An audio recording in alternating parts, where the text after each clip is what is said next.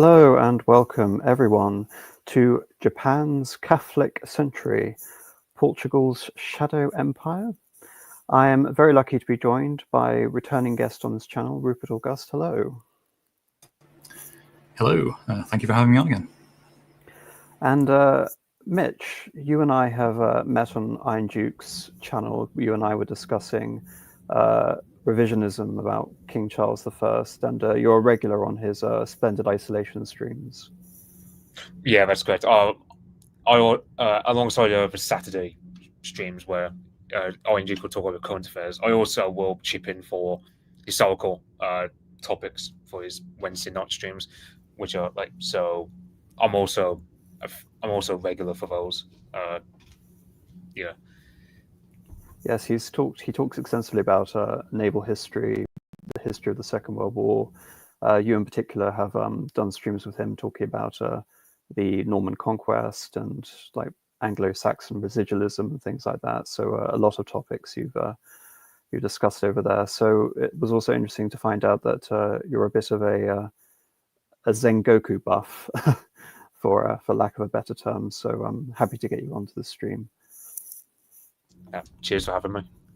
As for the inspiration for this stream, this is something I've wanted to tackle for a long time because for those of you who may remember, because it was such a long time ago now, I delivered a lecture on the Tokugawa shogunate, and I was explaining why I believed it was a superlative form of feudal government, perhaps the best example we have of a functioning feudal government in history. And I was approaching the period of isolation for Japan from the Japanese perspective. So I didn't really get to explore the Western or the Catholic point of view regarding Japan. And I'm not exaggerating when I say Catholic century, because we're talking about interaction which encompasses the arrival of the first black ships in 1543, and then the Shimbara rebellion, the suspension of relations with Portugal in 1639. So it is almost exactly a century of Japan's Catholic experience. But in particular, I'm not sure if either of you are familiar with this, but James Clavell, the author of The Great Escape, is also renowned for his famous Asian saga novels, in particular Shogun, which revolves around the character of Anjin, or Pilot, who is a real-life English visitor to the court of Tokugawa Ieyasu. And they recently did a TV series adaptation of it, which I actually, despite essentially it being kind of like a haute sort of anti-Catholicism, for lack of a sort of a better expression, it reminded me a bit of Wolf Hall in that sense. I very much enjoyed it, and there's a particular quote which appears again in the book, but also in the show, which is from, it's a real historical quote. It's from John Rodriguez, also known as the Suji, or the interpreter. And in the novels, he's given a fictional name of Martin Alvito, but he begins by saying this. There's a saying out here in Japan that every man has three hearts, one in his mouth for the world to know, another in his chest just for his friends, and a secret heart buried deep where no one can find it. That is a heart a man must keep hidden if he wants to survive. Now, I find that quote very interesting on multiple levels. Obviously, that is an outsider's perspective. This is a Jesuit missionary, interpreter, and advisor to the various Japanese governments throughout this period of Japan's quote-unquote Catholic century. But this, I believe, is actually reflective of more than just a Japanese tendency. I believe that this is reflective of a Japanese Christian tendency, of a Jesuit tendency. Most people would associate Jesuitism with equivocacy, with denying one's true beliefs or being pragmatic in the assertion of like positive aspects of the faith, and then hiding other elements and being conciliatory in some respects, but harboring whatever deep resentments or suspicions or treason according to the Japanese perspective. So I find that a very interesting quote to begin this. Just out of curiosity, have either of you read the book or seen the show? I haven't read the book, but I know the TV series, and I'm I rewatched certain scenes from that regards to because you got the character Mariko, who is based upon a real life character by the name of I imagine I'll probably mention her later on, called Hosokawa Garasha, or Gracia would be a Latin form of a name. She has her own sort of story, and I would say it's a. As I haven't read the book, but it's on my reading list for sure. I would say I know my mate Duke. He will say that the original series from the 80s was better, and there can be some critiques of the series in terms of everything's always gloomy, and you also got that infamous scene from the first episode where the guy gets boiled alive, which is completely inaccurate. Like, it was not a standard punishment in that neck of the woods. Oh no, I'm not talking about a specific one-for-one recreation. I mean, being able to introduce viewers and readers to a perspective on the opening up period of Japan. I think it's very interesting, especially coming from, you can almost say, a Anglo-Dutch propagandistic perspective on the Catholics in Japan, but also comparing that, say, for example, with the verbatim quotes from the Jesuit history from the perspective of the Jesuits. And this is where I want to come to the term that I've used, shadow empire, because that's a term I've seen referenced in many areas, but I've also seen it referenced in the books and in the show. And it very much appeals to me because it reflects, again, a unique Japanese form of government or pseudo-government in many respects. And there are many double entendres or euphemisms or innuendos that you could bring in here. So one way you can look at this as a shadow empire is talking about Portugal as an economic power. So Portugal being able to control the lifeblood of trade throughout Japan in the Catholic century through the control of the silk trade, the gold and silver bullion trade, especially coming from the New World, and the transit between the Philippines and New Spain and Mexico. And of course, pivotally, the introduction of firearms, matchlocks into Japan. But then there was another aspect I thought about this regarding shadow empire, which is the Japanese notion of insei, which is cloistered rule. In Japan, you have this common practice where reigning daimyos or shoguns or emperors would abdicate in order that they can better effectively govern the realm without the various encumbrances of the courtesy and ordered rituals of the court structures in Japan at that time. And so insei, again, especially regarding cloistered or monastic administration, could also refer to a shadowy influence regarding the potential of the Catholic Church. And there was another aspect to it where regarding the Spanish and the Jesuits, it's the idea of spiritual conquest, not formal conquest, or in Spanish, conquista espiritual.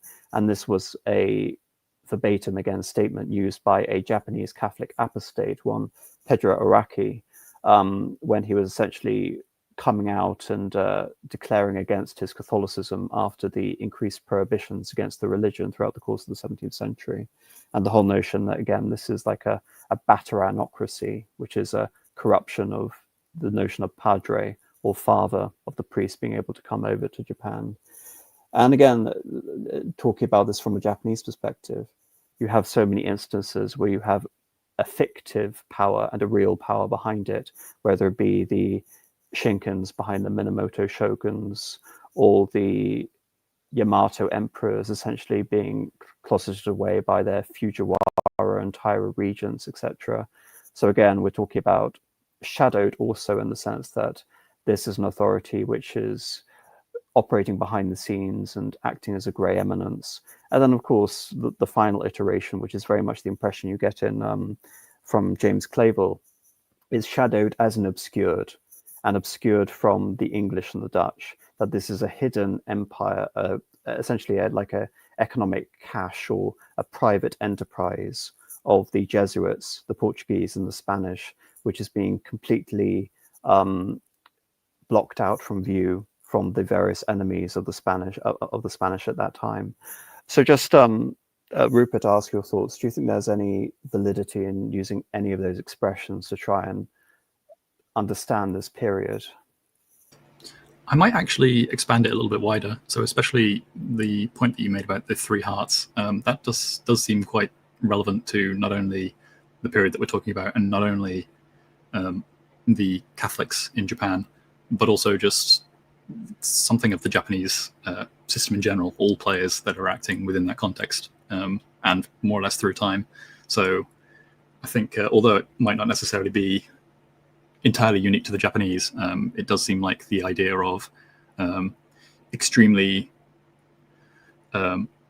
questionable loyalties seems to be a point, especially in subordinates, it comes out quite frequently. And so the extent to which you have people who are saying one thing and then evidently believing another and acting on, one or the other at any given time is often against direct orders. It's notable how often it comes up.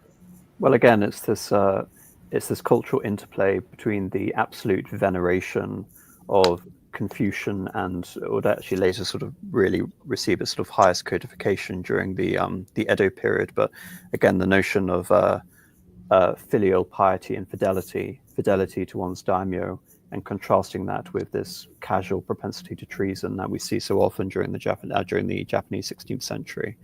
But there's another aspect which I would like your sort of thoughts on, Rupert, because again, you're familiar with this area of history, as are you, Mitch, which is the talking about the Spanish and looking at the Spanish enterprise in China and Japan, and looking at the English enterprise, which would be the Spanish Armada. Because again, looking at that quote from Rodriguez, I'm reminded of the famous quote by Queen Elizabeth, which is, "I do not want to enter, create windows into men's souls." And yet there's also this endemic paranoia about crypto-Catholicism, the Babington plot, and later the Gunpowder plot during the early Jacobean period. And again, it was one of those ideas I posited when I was talking about the Tokugawa shogunate, which is that there were many parallels between establishing a novel Japanese syncretic religion that was focused primarily on sovereignty and order, and that the Tokugawa shogun and the family was responsible for maintaining and structuring that religious order of the world. And it seems again that it's almost again playing off a very similar experience and interaction with that. And again, for benefits of people listening, I may fall into the habit of using Spanish and Portuguese interchangeably, and the explicit reference was Portuguese Shadow Empire. By 1580, the Portuguese and the Spanish thrones were occupied by the same king, Philip II, and they would continue to be held as a personal union, the same king, but different realms up until 1640. Despite that, they were explicitly two different realms. They had two different colonial empires, and that was a major source of contention among some of the advocates and even some of the Jesuits in terms of trying to find ways of forcing those empires into full integration and to cooperate with each other in various colonial or religious enterprises.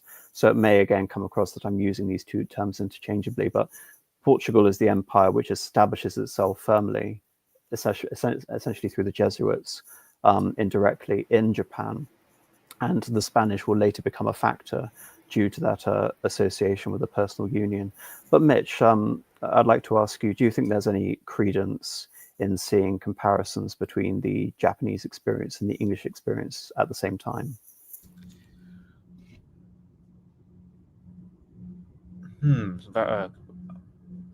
So in the case of Japan, because I suppose this one, because in the case of Japan, at this time they were going through what is today called the Sengoku Jidai, like the time of the country at war with itself, and you had like different warlords who had different sort of,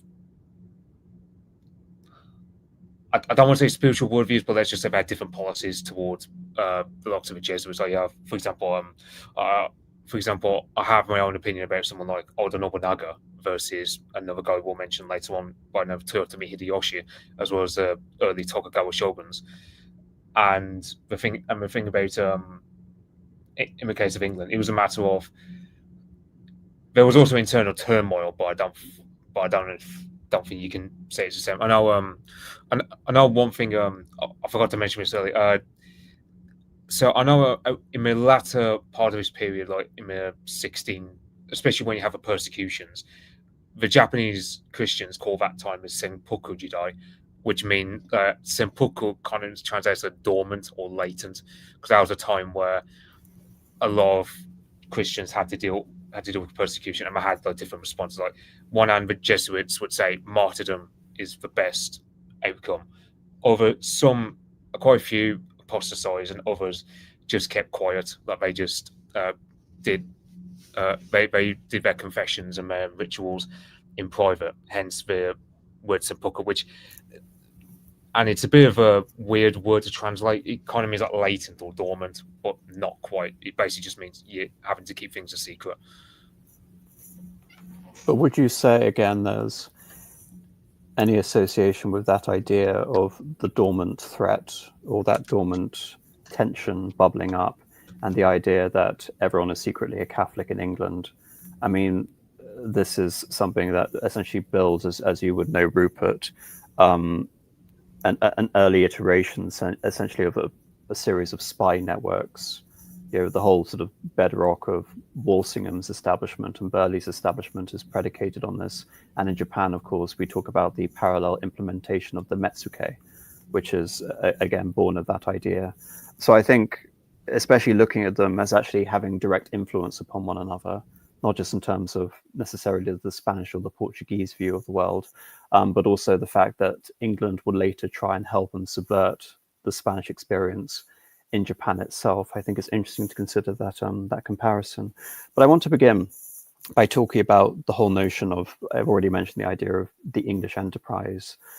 Most people will know that as the Spanish Armada, and therefore you will assume that to be a very direct response in terms of what the implications of that are, because there was also a project around the same time, the 1580s, for a Chinese enterprise, and by extension, a Japanese enterprise. And this is taken from the main source for today, which is Dr. Antonio Uceller's Samurai and the Sword, which is a very good intellectual history of this period, especially coming from the complex factional and individual views of the Jesuit missionaries. But this is essentially a summary of what the whole notion of enterprise, or in Spanish, empresa, means. In the 16th century, the expression empresa or enterprise was connected to a whole spectrum of ideas that pertained mainly to military campaigns and or foreign conquests. Philip II's ill-fated attempt to invade England with his invincible armada, again, rather amusingly in quotes, was commonly referred to as the Empresa de Inglaterra. The term may thus denote both temporal and colonial conquest. In the 16th century, however, it also had another meaning. The conversion of non-Christians in distant lands was also seen as a conquista espiritual, or spiritual conquest, at times divorced from colonial conquest and the use of arms, but more often accompanying it. This was particularly the case in the Americas, where conquering the territory and subduing the inhabitants was an integral part of the enterprise itself. It was precisely this suspicion of dual intent that prompted Toyotomi Hideyoshi, the Japanese regent who you've already mentioned, Mitch, to condemn the first Christians to death in Nagasaki in 1597. The regent was informed by his officials that the pilot of the San Felipe, a Spanish galleon bound for Mexico, had run aground off the coast of Tosa in Shikoku in 1596, had made such claims. Francisco de Hollandia, the man in question, had allegedly told Japanese officials that it was Spanish custom to send missionaries to pacify the native populations before proceeding with a full military invasion and conquest of their lands. Regardless of the exact nature of the pilot's unfortunate remarks, Hideyoshi cited this episode in his letter to the governor of Manila in Spanish Philippines, Francisco de Telo de Guzman. This came as a response to the governor's inquiry as to why the regent had put 6 Franciscan friars to death. In a letter sent to Rome a year after the event, the Italian Jesuit Organtino Nechisoldo mentions one of the reasons Hideyoshi gave for the executions. The regent believed that the Franciscans from Manila had come as spies on behalf of their king. Ianami Suganonjo, who was secretary and lieutenant to one of the 5 commissioners or lords of Kyoto, Mashita Nagamari Umon no Jo, made a copy of the Regent's later and personally sent it to Argentino to help him keep abreast of developments in the capital. This is significant, as it was none other than Machita who had informed Hideyoshi about the remarks of the pilot of San Felipe. To this day, a number of Japanese historians continue to suspect that conquest remained the real intention and ultimate aim behind the foreign missionary presence in Japan, and some scholars still maintain that if the Tokugawa shogunate had not taken such an unequivocal action, the country would have been at considerable risk of Spanish aggression. Now, that is obviously very important for understanding the Japanese perspective. But what I really hope to unpack, and what I've almost been deliberately sort of incendiary in terms of presenting the subtitle for this stream, is that true, or is this simply part of a national mythology and a part of a broader context of political consolidation, rather as Japan's Catholic century merely again an excuse pertaining to this broader part of the unification of Japan throughout the same period, involving figures that have already been mentioned: Oda Nobunaga, Toyotomi Hideyoshi, and Tokugawa Ieyasu, and the inception of the Tokugawa shogunate.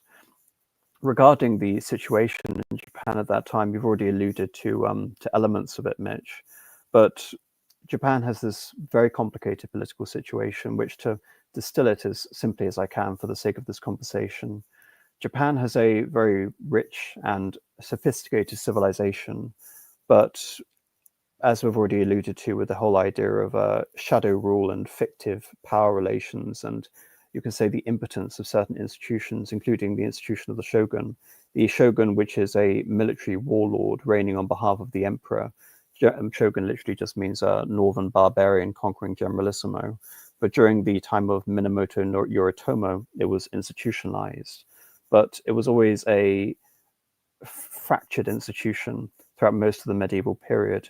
There were the Minamoto shoguns, and then there were the Ashikaga shoguns. But by the time of the 15th century, we see a number of powerful ruling families in Japan precipitate a series of conflicts known as the Onin War. And by the time of the arrival of the first black ships, the Portuguese discovery of Japan in 1543, Japan really has no centralized administration to speak of. There is an emperor who is impoverished and has no power. There is a shogun who is impoverished and have no power. There are various powers competing over to influence the shogun in Kyoto. You've already mentioned one of those families, Mitch, the Hosokawa, but they themselves are impoverished and no longer influential or powerful, to the point that it really is a situation where anyone from any sort of distant region of Japan, and one of these distant rulers will ultimately be Oda Nobunaga from Owari in Nagoya, will come out of nowhere and begin this process of reconsolidation of a power center in Japan. So you can almost say, again, from the point of view of a Spanish enterprise, what I was delineating with the idea of a spiritual conquest followed by a secular conquest, it seems as if the Portuguese and later the Spanish have arrived at the best possible time. You mentioned the whole idea of dormant conflict, but Sengoku, also the previous term, means warring states period in Japan. That's how decentralized, again, the whole sort of Japanese notion of it is in their historiography, the warring states period. So if one were to look at the situation, the febrile situation in Japan, it would seem again to present various opportunities that have been exploited elsewhere by the Spanish and the Portuguese to pit various sides off against each other and establish a definitive presence. But again, it's not simple to say that happened, because that really doesn't happen. If it does happen, it happens in smaller instances, which we'll definitely cover on this stream, but nothing that will later justify the extreme isolation that we see coming from the Tokugawa administration, where you end up with the situation of the internment, essentially, of the Dutch traders in Nagasaki, in the artificial island of Dejima. But this is also a period of religious turmoil and conflict within Japan. Japan has its Shinto religion, which is a fusion of animistic or sort of pseudo-pagan beliefs, which are intimately associated with the figure of the emperor and the idea of the rising sun, or Amaterasu. Then you have the introduction of Chinese Buddhism in the 7th century, inaugurated under Emperor Kempai, I believe. And of course, you have the elements of Chinese Confucianism coming in. But all of these elements are also quite unsettled. So, Mitch, I was quite interested to find out your perspective on the eco religious sect and conflict at this time. Yeah, because the Eco Wiki, they've I would just go, they're not exactly anarchists, but they are very much they are revolutionary in the sense that they want to get rid of a feudal structure. Like they see the daimyo, the sort of feudal lords, which can range from anything from like a small barony to a full-on duchy. It's not exactly it can be very broad, that particular term. But yeah, the Eco Wiki, they were Renyov, if I'm pronouncing that name right, who was a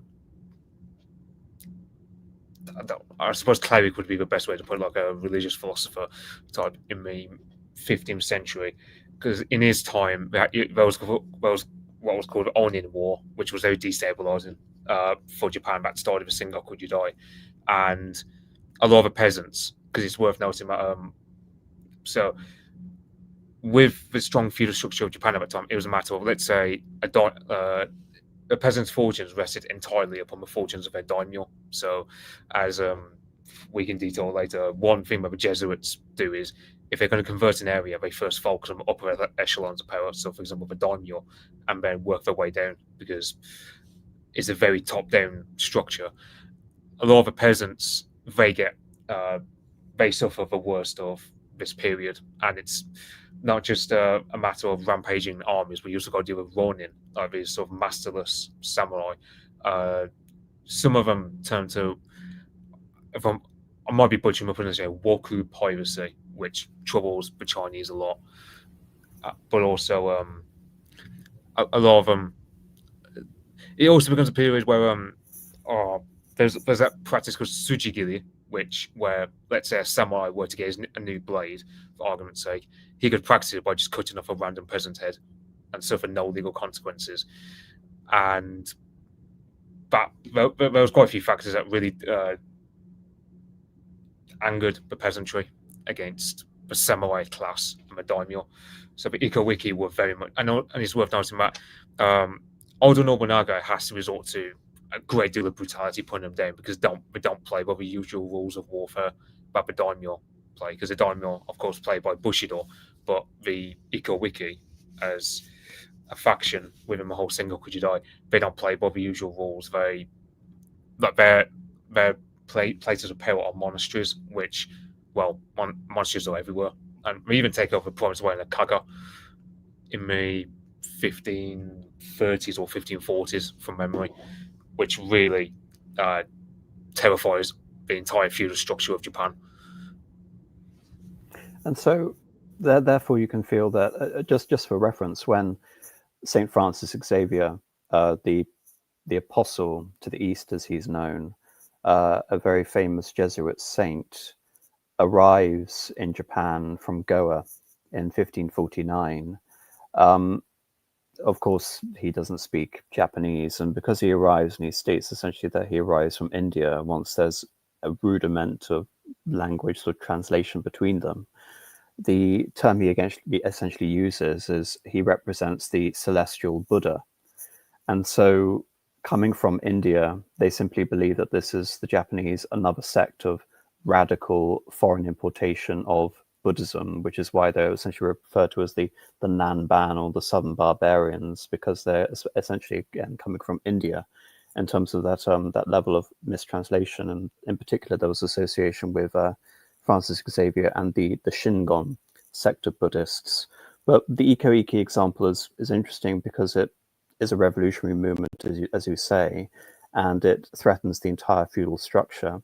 So if the Christians were to arrive in Japan, they're already associated wrongly with Buddhism, because that is the experience of the Japanese, and this is an entirely new phenomenon that's been foisted on them. Then anything that could perhaps be conducive again to reminders of the Iko-Iki would result in a massive conservative backlash from the daimyo. So that is the situation in which the the Jesuits first find themselves in the incredibly fraught political situation. But like I said, with the whole division, that also provides unique opportunities that will perhaps never present themselves in Japan for the next sort of 300 years. But it's important to come to the idea of what the Spanish were doing. What is the whole sort of nature of the Spanish and later the Spanish-Portuguese empires, and looking at the sort of precedent of religious conversion of non-European natives, because this is a process that really begins in earnest in the 1450s, once the Portuguese have really begun to innovate in terms of the first ships capable of transatlantic transportation. First of all, we're talking about the discovery of various, again, quote unquote, barbaric tribes on the fringes of Europe north of Morocco, in the various islands such as the Azores and Cape Verde that the Portuguese then discover. And this is where we talk again about the whole notion of the reintroduction and justification of slavery back into Christian nations at a time that when within Catholic Europe, slavery had all been abolished. And this received some papal confirmation behind it in the form of Nicholas V in the 1450s. And then as the colonial enterprise is really taking off in earnest, especially after we have Columbus's discovery of the New World in 1492, commissioned by the then Catholic majesties of Spain, Ferdinand and Isabella, the Pope again, in this case Alexander VI in 1494, concludes the Treaty of Tordesillas, which divides the world between the Portuguese and the Spanish empires, nominally the two empires which are capable of carving out the world, given their maritime prowess at the time. And this map, again, is the delineation between this. So all the areas, the west, that you can see in red, which will later be taken, this is around the height of the reign of Philip II, and really the crucial period regarding the topic for this stream. And the rest of it, as you can see, the areas in blue are the Portuguese settlements. So the Spanish begin their conquest of Hispaniola and then of Cuba, and then we see the conquistador conquests of Hernan Cortés and Francisco Pizarro of the Mexica and the Peruvian Incas. But in the east, we have the creation of various trading outposts across Africa, from Angola to Mozambique. I've already mentioned Cape Verde, to Ethiopia, to Aden, to the Straits of Hormuz, to Vasco da Gama's conquest of Goa, which is absolutely pivotal in terms of being understanding the expansion of the Jesuits, and then the conquest of Malacca near modern-day Singapore in Malaysia, before we finally reach Japan in the 1540s. But the assumption that many of you will have is essentially that of the Spanish requirement of 1513, or the Law of Burgos from the year before, which is that of the Spanish Empire coming in and conquering and subjugating any native population it finds and forcing them to convert to Catholicism. In the case of Hernan Cortés and Francisco Pizarro, both were effectively disowned in many ways by the official Spanish authorities, who would later ratify their conquests. In the case of Hernan Cortés, he was admonished and declared to be a mutineer by the governor of Cuba, and then he had to burn his ships once he arrived in what is now the modern city of Veracruz, which was the first Spanish colony in Mexico, in order to compel his very small retinue of Spanish soldiers to complete his task, essentially, of holding hostage the emperor of the Aztecs, Montezuma, and carrying off, which was essentially an incredible feat, which established the Spanish Empire in the New World. And by extension, we see the similar tactics being carried out by Francisco Pizarro when he took control of the Incan emperor Atahualpa. But that is the situation that has permeated through our entire understanding of Spanish history since. But it's important to understand that Catholic Spain and Christendom in general reviled against this after the fact. In the case of Atahualpa, it's even more complicated, because Atahualpa was captured by Pizarro, as I mentioned. he was sentenced to death by the Spanish for quote unquote treason against the Spanish monarchy. And then he converted to Catholicism in order to avoid a death sentence. And then the conquistadors killed him anyway.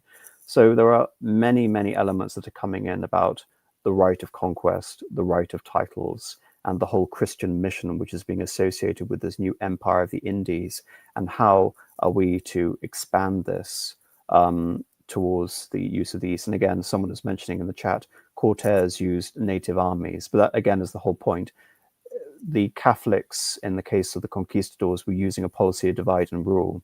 And this is the whole element which struck at the heart of the Japanese, is that they're going to appeal to certain daimyo, and they're going to be using the feudal structure of Japan against the central authority in Japan to be able to take it over, because that was the raison d'etre that Hernan Cortes had used, say, for example, by appealing to various other Mexica who were affected by the Flower Wars to direct their policies against Montezuma and the Aztecs in Tenochtitlan. So to contrast this, I think it's very important to understand what the Catholic and later sort of the Jesuit conception would be on slavery and the interaction with the natives, and how when it comes to Japan, there was a considerable emphasis that the situation in Japan cannot in any way mirror the situation that we saw with the Empire of the Indies in terms of any prospect of a future enterprise and how that would ultimately manifest itself. And again, here I'm reading from Ucerler.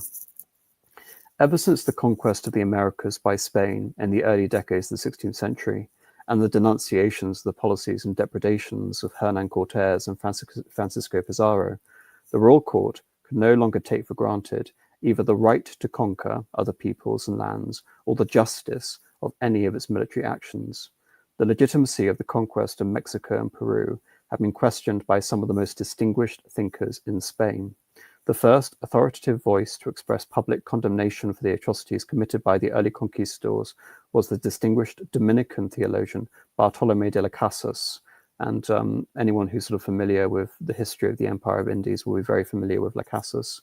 In 1542, he composed a short account of the destruction of the Indies, again, just to reaffirm that point I was making about the moral condemnation. For reference, this was written in 1542, and the death of Atahualpa was in 1533. So this, again, is a post hoc reflection of the nature of how the Spanish Empire arose. And it was dedicated this to Philip II. The same king would be a key player in the discussions that turned Spain's attention from the Atlantic to the Pacific, where circumstances were very different. And yet the debate over the Americas, culminating in the famous scholarly confrontation at Valladolid in 1550 between Las Casas and Juan Ginés Sepúlveda, has been termed a very Spanish affair, albeit with repercussions well beyond Spain for all of Christendom. Sepúlveda claimed that the Aramindians, which is again a sort of catch-all for talking about the Indians or Native Americans, had no rational souls and could therefore be legitimately coerced, even with violence, to accept Christianity. So there were certain gradations of peoples who would be willing to receive the gospel or the news according to the rationale of the Spanish conquest. They could also be forced to perform physical labor for their colonial masters under the encomienda system of land partitions. They were, in his opinion, natural slaves in the Aristotelian understanding of the term. And in terms of really understanding the vital importance of Aristotle, this is centuries after the introduction of Thomism, Summa Theologica, the reintegration of very advanced Aristotelian studies into Catholic thinking in general. And so Aristotle during this time is simply known as the philosopher, a moniker really he will use to dominate intellectual understanding and moral and historical political understanding in Europe, really up until the time of Cartesianism in the 17th century. And thereby, by this definition of Aristotelian slavery, they were destined for a life of subordination and servitude, not unlike farm animals and beasts of burden. In Aristotle's Politics, Aristotle distinguished between free men and slaves in the following terms: those who are as different from other men as the souls from the body or the man from the beast, and they are in the state of their work is the use of the body, and if this is the best that can come from them, are slaves by nature. For he is a slave by nature who is capable of belonging to another, which is also why he belongs to another, and who participates in reason only to the extent of perceiving it, but does not have it. Nature indeed wishes to make the bodies of free persons and slaves different as well as their souls, those of the latter strong with a view to necessary needs, those of former straight and useless for such tasks, but useful with a view to a political way of life. The framework of discussions on the king's role, his titles, his rights in the East and Southeast Asia, on the other hand, was not as simple to define. Spain's only colonial possession in that part of the world were the Philippines, and this was around 1565, so just at the inception of Philip II's rule. And even there, the Spanish could not claim full control over the islands or their inhabitants. The question soon emerged, in spite of Spain's relatively precarious position in the Pacific, was whether it was right to attempt to force not only the native peoples of the Philippines, but also those of Japan and China to accept Christianity, or failing that, compel them to allow missionaries to preach the gospel without hindrance. The solution was not immediately evident as it had been in Americas, or at least it seemed so to the conquistadors.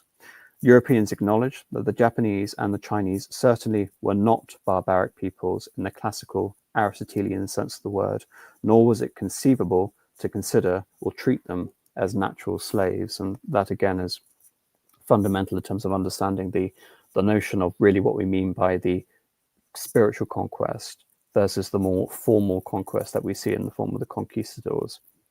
But before I move on, do either of you have anything to comment on regarding the modus operandi of the Spanish and Portuguese empires before their arrival in Japan? One thing I'd maybe add is that the Jesuits and perhaps even the clergy in general do seem to have, at least in some cases, have a kind of offsetting effect to this kind of like conquistador impulse. So in particular, of course, in the case of Paraguay, probably more famously, the Jesuits act as a sort of counterbalance against the Spanish attempts to kind of impose more on the natives, primarily because they'd already sort of fallen in line when it came to Christianity, and so whatever other artifacts they had of their culture were kind of allowed to persist more so. And so while I don't have a necessarily hard stance on how that affects Japan, I think it's a useful thing to sort of bear in mind, whether there is that direct connection, but also, the extent to which that connection is believed to exist. Well, Paraguay is a very interesting example that you bring up, even though I won't linger on it because it really is tangential in a sense. But Paraguay, as you know, Rupert, was inundated with Jesuit reductions. And really part of Paraguayan independence was sort of closing those Jesuit monastic institutions. And it seems that this, again, whole notion of almost a Jesuit as opposed to a explicitly sort of Catholic or foreign colonization is something which is important to bear in mind regarding the situation in Japan and coming to what the Jesuits really are. Because if we're having a conversation about the Jesuits, we need to be able to describe them, also dispel the modern Jesuits versus their original incarnation in the 16th century. Because you're right in the sense, again, to draw in the comparison between Paraguay, because the Jesuits had won the privilege to act as the sole religious order to Japan with various papal granted bulls up until the year 1600. It's not fair to say that this was a Jesuit shadow empire because there were many other competing influences. And by the 1600s, we had Franciscans and we had Dominicans, and they were also operating out of Macau, and they were also operating out of the Philippines and having a significant influence, not just on the Japanese situation, but in terms of the policymakers going back to Rome and going back to Madrid and going back to Lisbon. But regarding the whole Jesuits, they began as a relatively recent order compared to the Franciscans, who are hundreds of years old, and the Dominicans at this point who are even older than that. They begin with Ignatius of Loyola, who was a Spanish soldier turned religious leader. And if you're a Catholic, you will be very intimately familiar with his life and his spiritual exercises, but also his steadfast obedience to the Pope in Rome. And it's he who forms the Society of Jesus, or the Jesuits, as its first Society General or Superior General in 1540. But the trope of the Jesuits, really, since then, and this is really my sort of terminology in terms of trying to identify this trope, is to look at the Jesuits as a form of Tridentine Einsatzgruppen, which obviously we're talking about the period of Catholic Reformation. In the year 1517, we had Martin Luther King. In the process of the reign of Charles V, we have the unraveling of the Catholic monopoly of religious life in Germany and Northern Europe. And so the Jesuits can't be disassociated with the Council of Trent and the Counter-Reformation. And so it is these links, and especially their allegiance to the Pope, which comes up with that, again, that comical exaggeration that people have in their minds. And it comes up with certain appellations like to be Jesuitical. And on top of that, you have the double, almost contradictory accusation which is laid against them, which is that they are either die-hard paramilitary forces associated with deference to the Pope. That is perhaps a view that would inform someone like Marquis de Pombal, the Marquis de Pombal in Portugal centuries later, when he would end up leading the charge for the abolition of the Jesuit order throughout most of Europe before the French Revolution in 1789. But to contrast that, we also have the notion of what I already mentioned with the whole notion of the three hearts in Japan, which is Jesuit equivocation or casuistry. The whole notion that the Jesuits are willing to play down, to lie, to conceal their true beliefs, etc., to make concessions. And effectively, this is part of the reason why we have this paranoia regarding crypto-Catholicism, as I mentioned the example in England, and I also mentioned the example in Japan. But you can't have these two things existing simultaneously, because one would seem to cancel out the other. You know, are we talking about some sort of papist secret service, or are we talking about some sort of, you know, advanced sort of spiritual sort of conquistadors that would sort of lend itself to that definition? And it's quite useful to have this. I have Harro Höpfl's book on the Jesuits, which is, again, another book I would recommend reading, but just a summary from his introduction to try and dispel these notions that I'm presenting here. It should be mentioned that I'm not presenting these notions as my opinions. These are simply caricatures that I'm trying to understand, because these are accusations that have been leveled against them historically. The Jesuits never had a collective political doctrine in the same sense that they were distinctively Jesuit. There was a distinctive Jesuit spirituality, Jesuit missions, or eventually a Jesuit academic curriculum. But the monolithic character of the society has been grossly exaggerated. Successive Jesuit superiors, general on the contemporary, regularly complained about the lack of unity of purpose and the prevalence of insubordination, particularly intellectual insubordination, libertas opinandi, again, freedom of opinion, among the society's more speculatively inclined members. This is to say nothing of the recurrent propensity of the Jesuits to national and other particularisms. Now, this is something I find absolutely fascinating about the Jesuits in general, that last element, which is intellectual speculation and their tendencies towards particularism and nationalism. Because I have also covered Vietnamese Catholic history, in particular the Ngo Dinh Siem regime, which I've associated basically as like a belated version of a Vietnamese version of Vichy.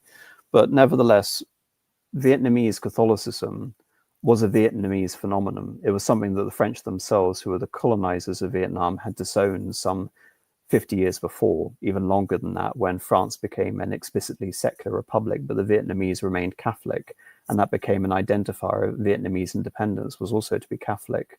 So from the Jesuit point of view, it wasn't simply a point of view of Hispanicizing to make Spanish all of these Christian converts throughout the world, even though there was certainly an element of that among some Jesuits, because they weren't a homogenous grouping in that sense. But it's the whole idea that we want to make a Japanese iteration of Catholicism. We want to have a Chinese iteration of Catholicism. In the Chinese example, we have to the extremes of the Chinese rights controversy with figures like Matteo Ricci around the same time. but he was relatively moderate compared to some of his Jesuit contemporaries who believed that Buddhism could be incorporated into the Catholic Church. And as a result of this, it caused a centuries-long controversy with the Dominicans. So just to mention again, when we talk about Catholic, there is a huge amount of intellectual discrepancy, and I would even say pluralism and cross purposes here when arriving at the whole notion of why, again, I believe it's fair to say it's a Catholic century, and why I place the whole notion of a shadow empire under essentially this this parameter that this is something that needs to be seriously interrogated and examined, and not taken as the assumption, which was the Japanese assumption until, well, even among some Japanese historians today. But anyway, yes, Mitch. Yeah, I was going to say, because the thing about the Jesuits, the main Jesuit figure in Japan of this time was a guy called Alessandro Valignano, who he comes up with the policy of accommodatio, which is all about accommodation. So essentially, they for example, they come across a Japanese, like their first convert is a guy called Angelo, who, and Francis Xavier famously asked him a question: if I went to Japan, would the people become Christians? To which Angelo responded, well, my people will not immediately become Christians, but they would first ask you a multitude of questions, weighing carefully your answers and your claims. Above all, they would observe as to whether your conduct agreed with your words. If you should satisfy them on these points by suitable replies to their inquiries and by a life above reproach, then as soon as the matter was known and fully examined, the daimyo and the educated people would become Christians. 6 months would suffice, for the nation is one that always follows the guidance of reason. Because that's the thing about, because one common thing about Japanese is that they always, because the official state religion is something called Shimbutsu Shogu, meaning like sort of this Shinto Buddhist syncretism, but they also have Confucian and Taoist influence. So in terms of the Jesuits arriving and proselytizing the gospel, there's nothing really forbidding the Japanese from observing as to what the Jesuits are proselytizing. For example, I know like one thing about the Japanese. So of course, everyone knows of the concept of seppuku and like the idea of ending one's life for the sake of honor. In the case of when the Jesuits preach the gospel regarding the passion of the Christ, as well as other rituals such as confession and baptism, those particular rituals are very alluring. They're very a big pull factor for Japanese converts, because they see, like, on one hand, they don't understand why it took the sacrifice of Jesus to liberate humanity from sin, but at the same time, they also are very drawn to the idea of literally the Son of God willing to put his life on the line in such a way. Well, I'm going to sort of talk about the cultural distinctions, but I think again something that the Japanese found anathema in terms of their own understanding is that the syncretic elements, which in terms of a state religion, I think it's important to qualify that. I believe it's only fair to say that we have a state religion in terms of a state-sanctioned religion, explicitly a sanctioned religion, as a result of the experience with the Jesuits and with the Catholics. It comes out in response to this is what we are not, and this is what we're going to explicitly refute. But there was an element, again, which really appealed to the 300,000 or so Catholic Japanese converts, which is the immortality of the soul. Because within the whole Shinto Buddhistic conception, there is not the immortality of the soul, there is simply the integrated cosmos, and that human beings within that are a special animated force, but they are not these divinely created beings that begin at the origin of time, which persist essentially throughout the existence of something which is metatemporal.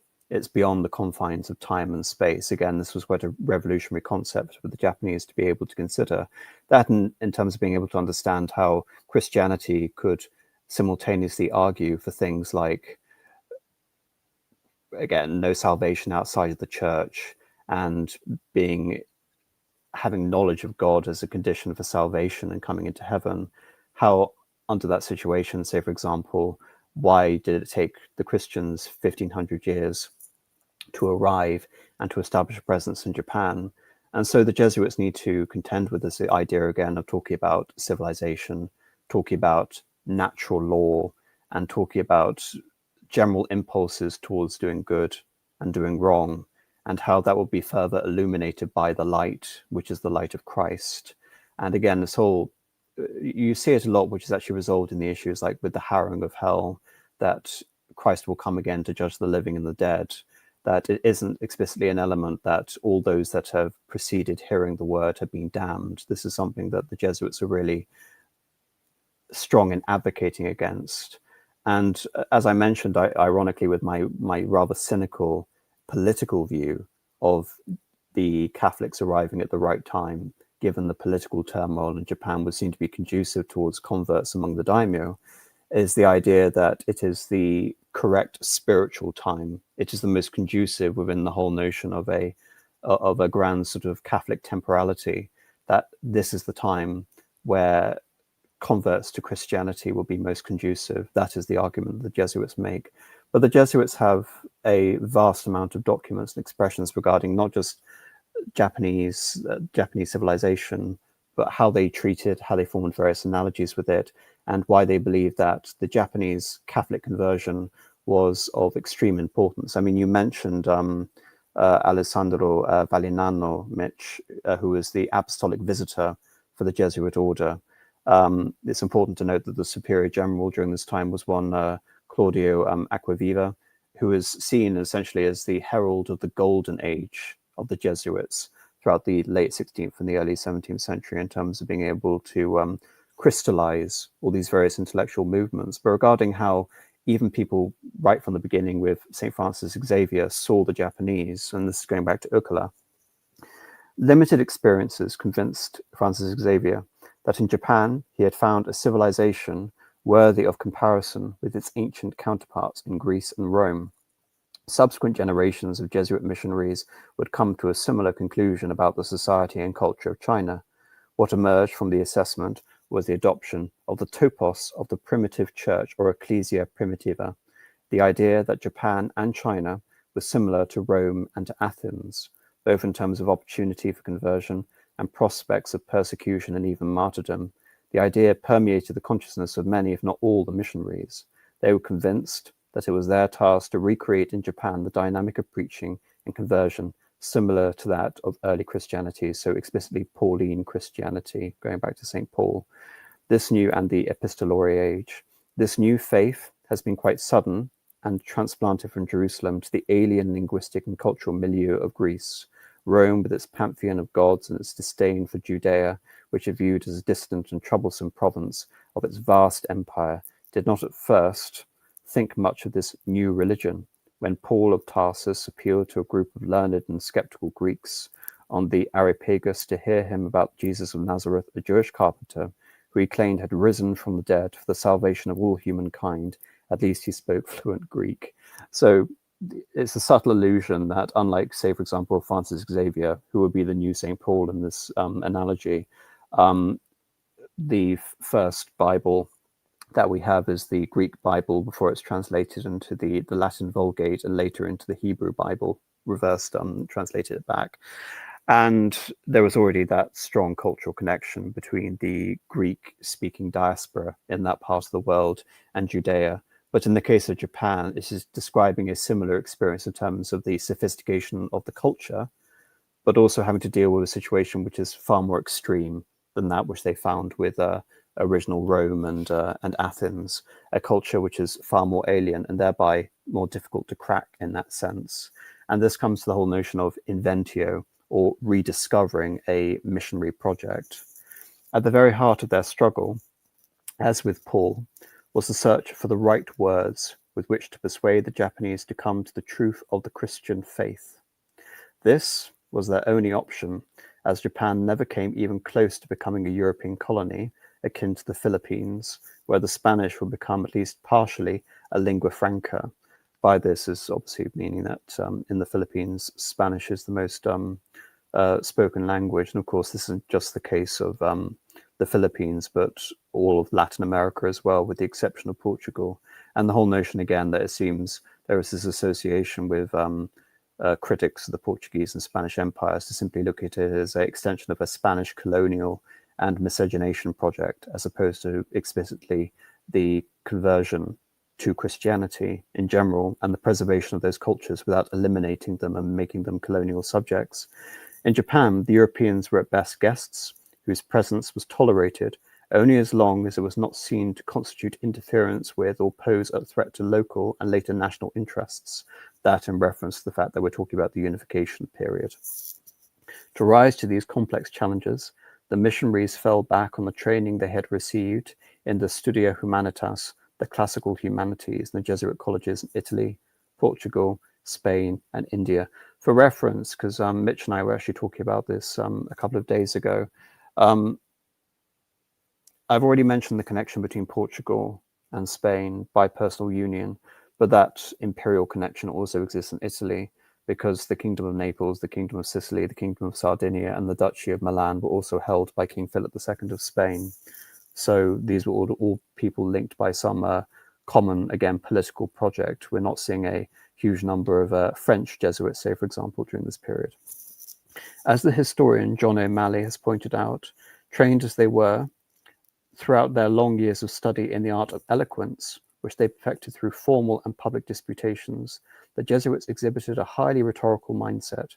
In Japan, their powers of persuasion were put to a severe test, as they were confronted with the formidable barrier of the Japanese language and its different paradigms of polite and learned discourse that bore no resemblance to Latin and Greek. The religious traditions of Japan, the provocative and insightful questions that Japanese catechumens, that being people who are being instructed in the formation of their faith, put to them, made this all the more difficult. It was against this backdrop that the Jesuits felt compelled to formulate an experiment with a new approach to re-representing Christianity to the people of Japan. And that's what I'm talking about in terms of making Christianity a particular Japanese phenomenon in order to inspire new converts, and what distinguishes the Jesuits from the experience that the Spanish had with the conquest and forced conversions in the West Indies. And in doing so, they were literally reinventing Christianity for a new audience. The classical Latin rhetorical term inventio refers to the discovery of persuasive arguments with which to appeal to the hearts and minds of the listeners. The process of persuasion begins with the oratorical case, weighing and searching for words and arguments that will appeal to their interlocutors' minds, their logos, the emotions, pathos, and will ultimately influence actions, ethos. Thus, by reinvention, it is not an arbitrary fabrication of Christianity in Japan, but a new recognizable perspective from the point of view of historical traditions within Japan. Some have at times pejoratively described such a process as going native, and indeed this is very much the accusation that you see with the Chinese rites controversy leveled by the Dominicans against the Jesuits. On the contrary, there has been an intention, essentially, for the missionaries to interpret their task as similar to that of preaching to the pagan cultures of Athens and Rome. And again, it's interesting if you're looking at this in terms of a strict analogy towards Athens and Rome that the Jesuits were at that time, Mitch and Rupert, how the church, the early church, ultimately became Roman Catholicism. It didn't simply become a revolution that eclipsed the culture and became an extension of a Jewish Christian civilization within that situation, but the Roman institutions, the Greek language, and the Christian church became fused. So in that way, again, it seems that the analogy is even closer. I think also it helps that Christianity was kind of able to present itself as almost like a fulfillment of what a lot of Greek philosophy up to that point had been leading towards, and so that allowed it to sort of slot itself into a lot of ideas and sort of thoughts that were floating around prior, and even you could kind of say in the Aztec Empire as well. The situation is quite different, of course, but the Spanish are able to sort of present themselves as like a culmination of a lot of their sort of like religious beliefs up until that point, and that kind of lends them an additional degree of credibility. Obviously, in that case, it's used more for disorientation and conquest, But I think one thing that seems to come through is that maybe they could have given more time, but as was, Christianity sort of struggled to find the same kind of in for the Japanese.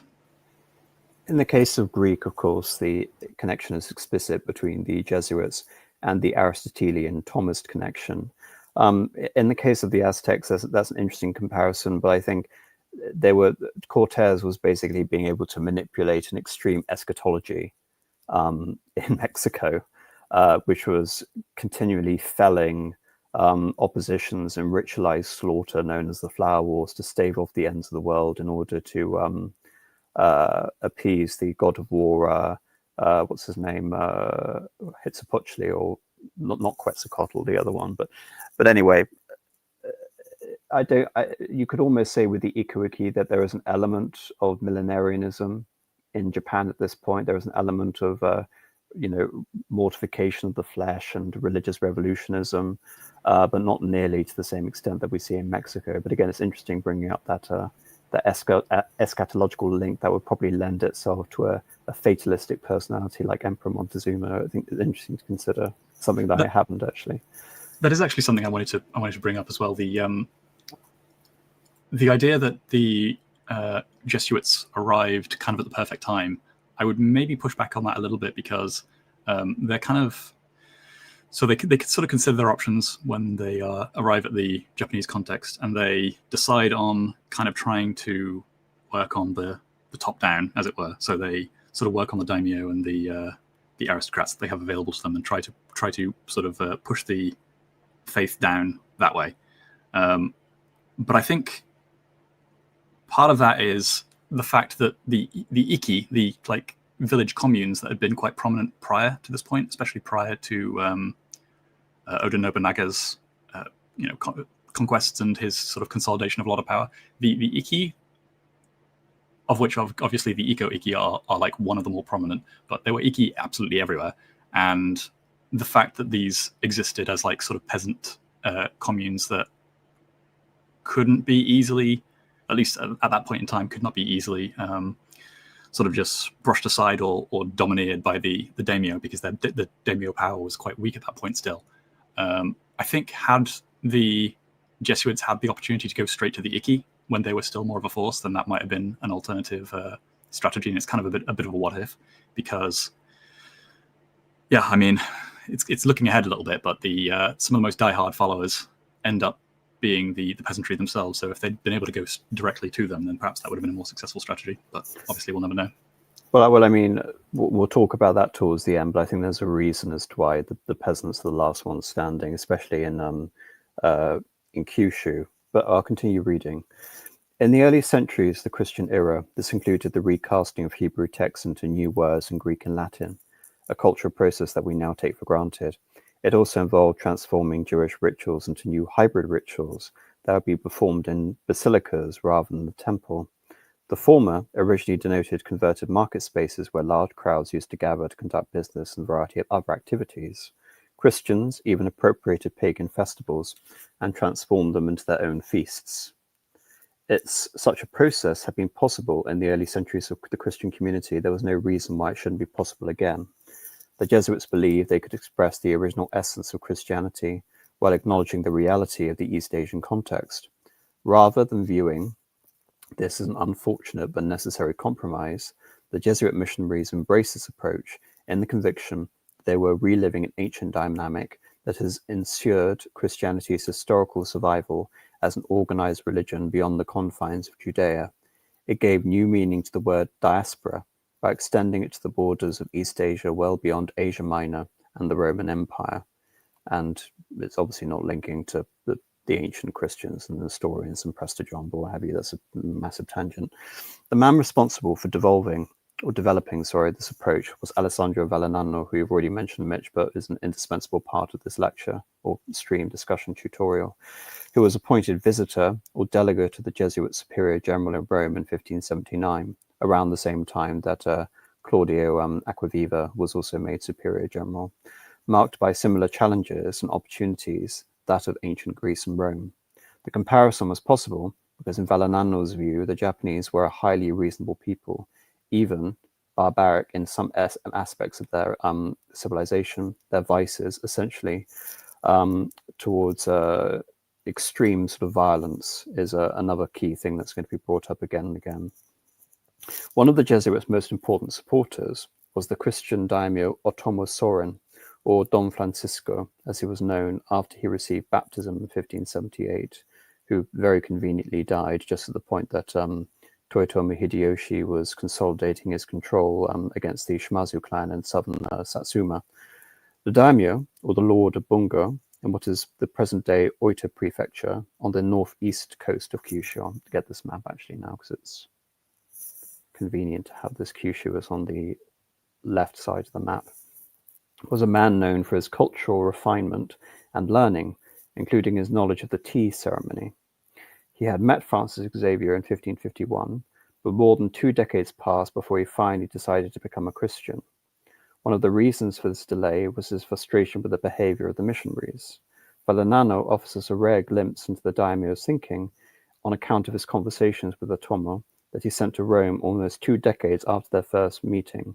Writing from Goa in 1595, the visitor said the following: Lord Francisco Bungo told me how he was so infuriated and disgusted when leaving one of our houses that he was determined never to come back.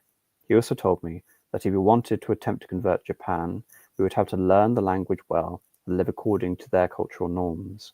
Moreover, he noted, it could only be taken as a sign of men of limited intelligence to imagine that a handful of foreigners could possibly induce all the samurai and their Japanese lords to abandon their own time-honored customs and civilized forms of courtesy in order to accommodate themselves to our foreign ways, which appeared to the Japanese to be the most barbaric and lacking in civility.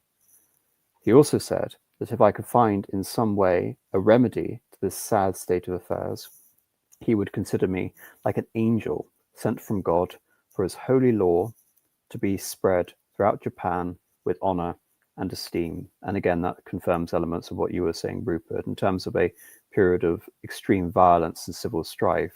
So long as Christianity could be presented as in continuity with those traditions, as a refined process and not simply a foreign importation along with the many elements that Japan found barbaric about the so-called Nanban or southern barbarians, then it could be seen as a purifying measure, a corrective solution to the situation in Japan, as opposed to a simple foreign shadow empire being operated. Do you think that's a fair assumption? Yeah, what comes to mind immediately is the conversion of the Germanics, the Germanic warlords as well, because it kind of fulfilled the same sort of role of taking the rougher edge off the Germanic the Germanic warlords.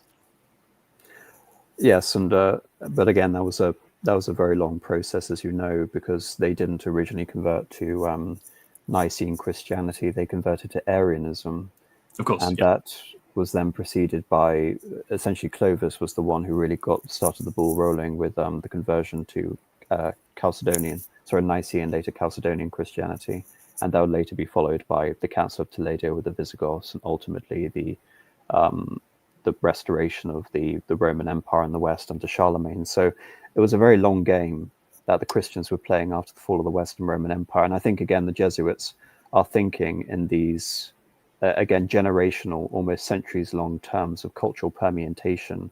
But simply, as we'll learn, the political situation in Japan would not allow for that level of cultural permutation and spiritual conquest, if we're going to use the Japanese expression, in terms of reviling this process, in order for, again, that Arian and later sort of Chalcedonian profusion to occur.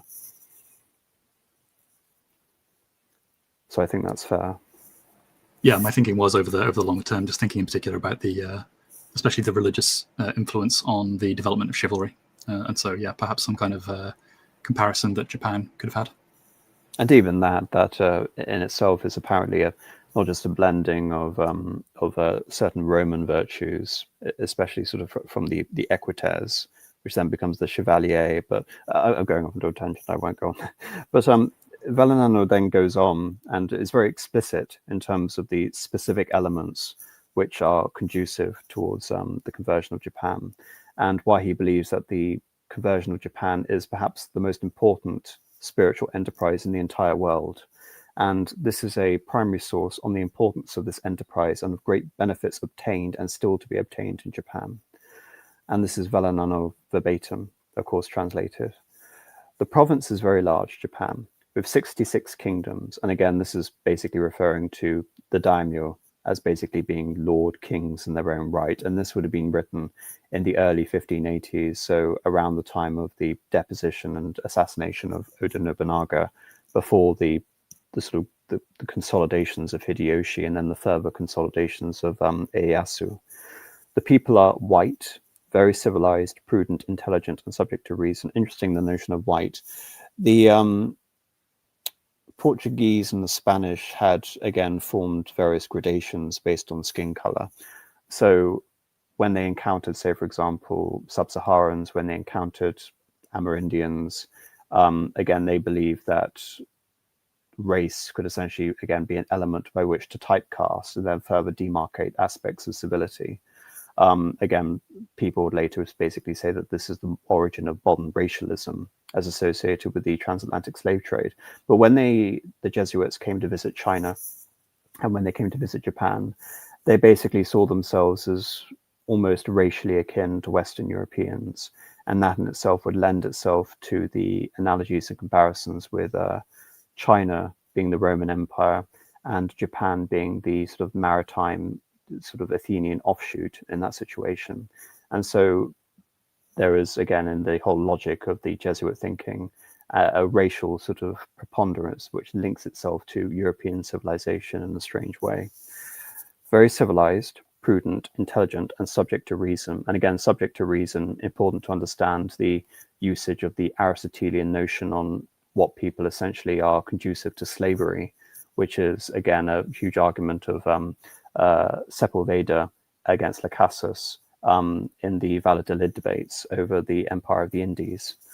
Of all people in the Orient, only the Japanese are moved to become Christians by their own free will, convinced by reason and desirous of their own salvation, again emphasizing the fact that as beings full capacity of reason, that the same situation cannot be applied to Japan. Besides the common people, samurai, nobles, and even feudal lords also become Christians. The Japanese are by their nature inclined to religion and to expressing religious reverence in the fact that they are obedient towards Buddhist priests. And again, this is part of the admonition against the Jesuits in terms of, you can almost say, religious relativism or indifference. It's the religious customs and the aspects of, again, performative religion that the Jesuits seem to be conducive, as opposed to a more dogmatic understanding. I don't mean dogmatic in terms of pejorative, but literal dogma, which holds that there is no salvation outside the church. And this would later be seen as a Jesuit equivocacy of all religions essentially having qualities in them, which would essentially lead them to God. And then in the modern day, say, for example, we have a more extreme version of that. The door is open to the Holy Gospel in all the kingdoms of Japan, provided that there are preachers and means to carry out the mission. Not only the Japanese capable. Someone is saying Hokkaido is not on the map. Hokkaido wasn't really relevant during this period because it was mainly dominated by the Ainu. It wasn't really actually until the Meiji Restoration, after the conquest of the breakaway Ezo Republic, that Hokkaido really became part of an integrated Japanese culture, as someone else is mentioning. Sorry, that caught my eye in the comment section. Same for the Ryukyu Islands, I think. Yes, and we're talking about, I mean, you also mentioned the Waku pirates, Mitch, and things like that, and Okinawa and things like that, and Sakhalin, but anyway, that's a different conversation. Not only are the Japanese capable of receiving our Holy Father, but also other forms of advanced learning. Therefore, they are most suited to becoming clergymen and good religious, and having done so, they will be held in very high regard by their fellow countrymen. Being a people well-disposed, subject to reason, and all speaking but one common language, they can more easily be ministered to after their conversion, and their faith can be cultivated, unlike any other nation, that are lowly by nature and bestial in their disposition. This is an enterprise that will bring much honor and benefit to the glory of the Lord and to the society itself, not only in Japan, but also in Europe, and with time, it will be able to sustain itself like the bonzes do in their own temples, and native clergy will take over the mission. None of these things can be hoped for or even envisioned in any other mission in our care. The Society has already made a great effort and investment in Japan and is highly regarded there, even to the point that we may say that it has overcome all the major difficulties associated with establishing a new mission. We are already familiar with the customs and have many missionaries who speak the language. We also have many native Jesuit brothers and are well received by the local Christians and even by the pagans among whom the lords and noblemen are becoming Christian. And consequently, in my opinion, with time there will be no other Christian community wherein so many will be saved. For once they have given up certain vices, and that being pagan, of course, the Japanese are the most apt to be saved I have counted anywhere in my travels. So from someone like a Valinano's perspective, if there is to be a major success in the golden age of the Jesuit conversions, it has to be centered in Japan.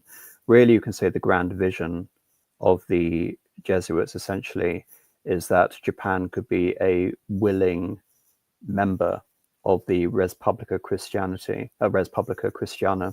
And again, talking about sort of modern notions of like pluralism and all this other thing, it's interesting if that the Jesuit mission again came to its fruition, what the dynamics would be of an integrated Catholic Japanese empire in communion and trade with the countries of the West again. But that was very much the vision of someone like Valinano, and he believed it could be done through the permutations of the missionaries and culture and understanding the language and incorporating a secular element of the rituals divested of all their religious significance. And this was a very important point, again, to push back on people who are basically saying that, oh, they're going to accept Buddhist rituals as are in the same way that we see the Chinese rites controversy.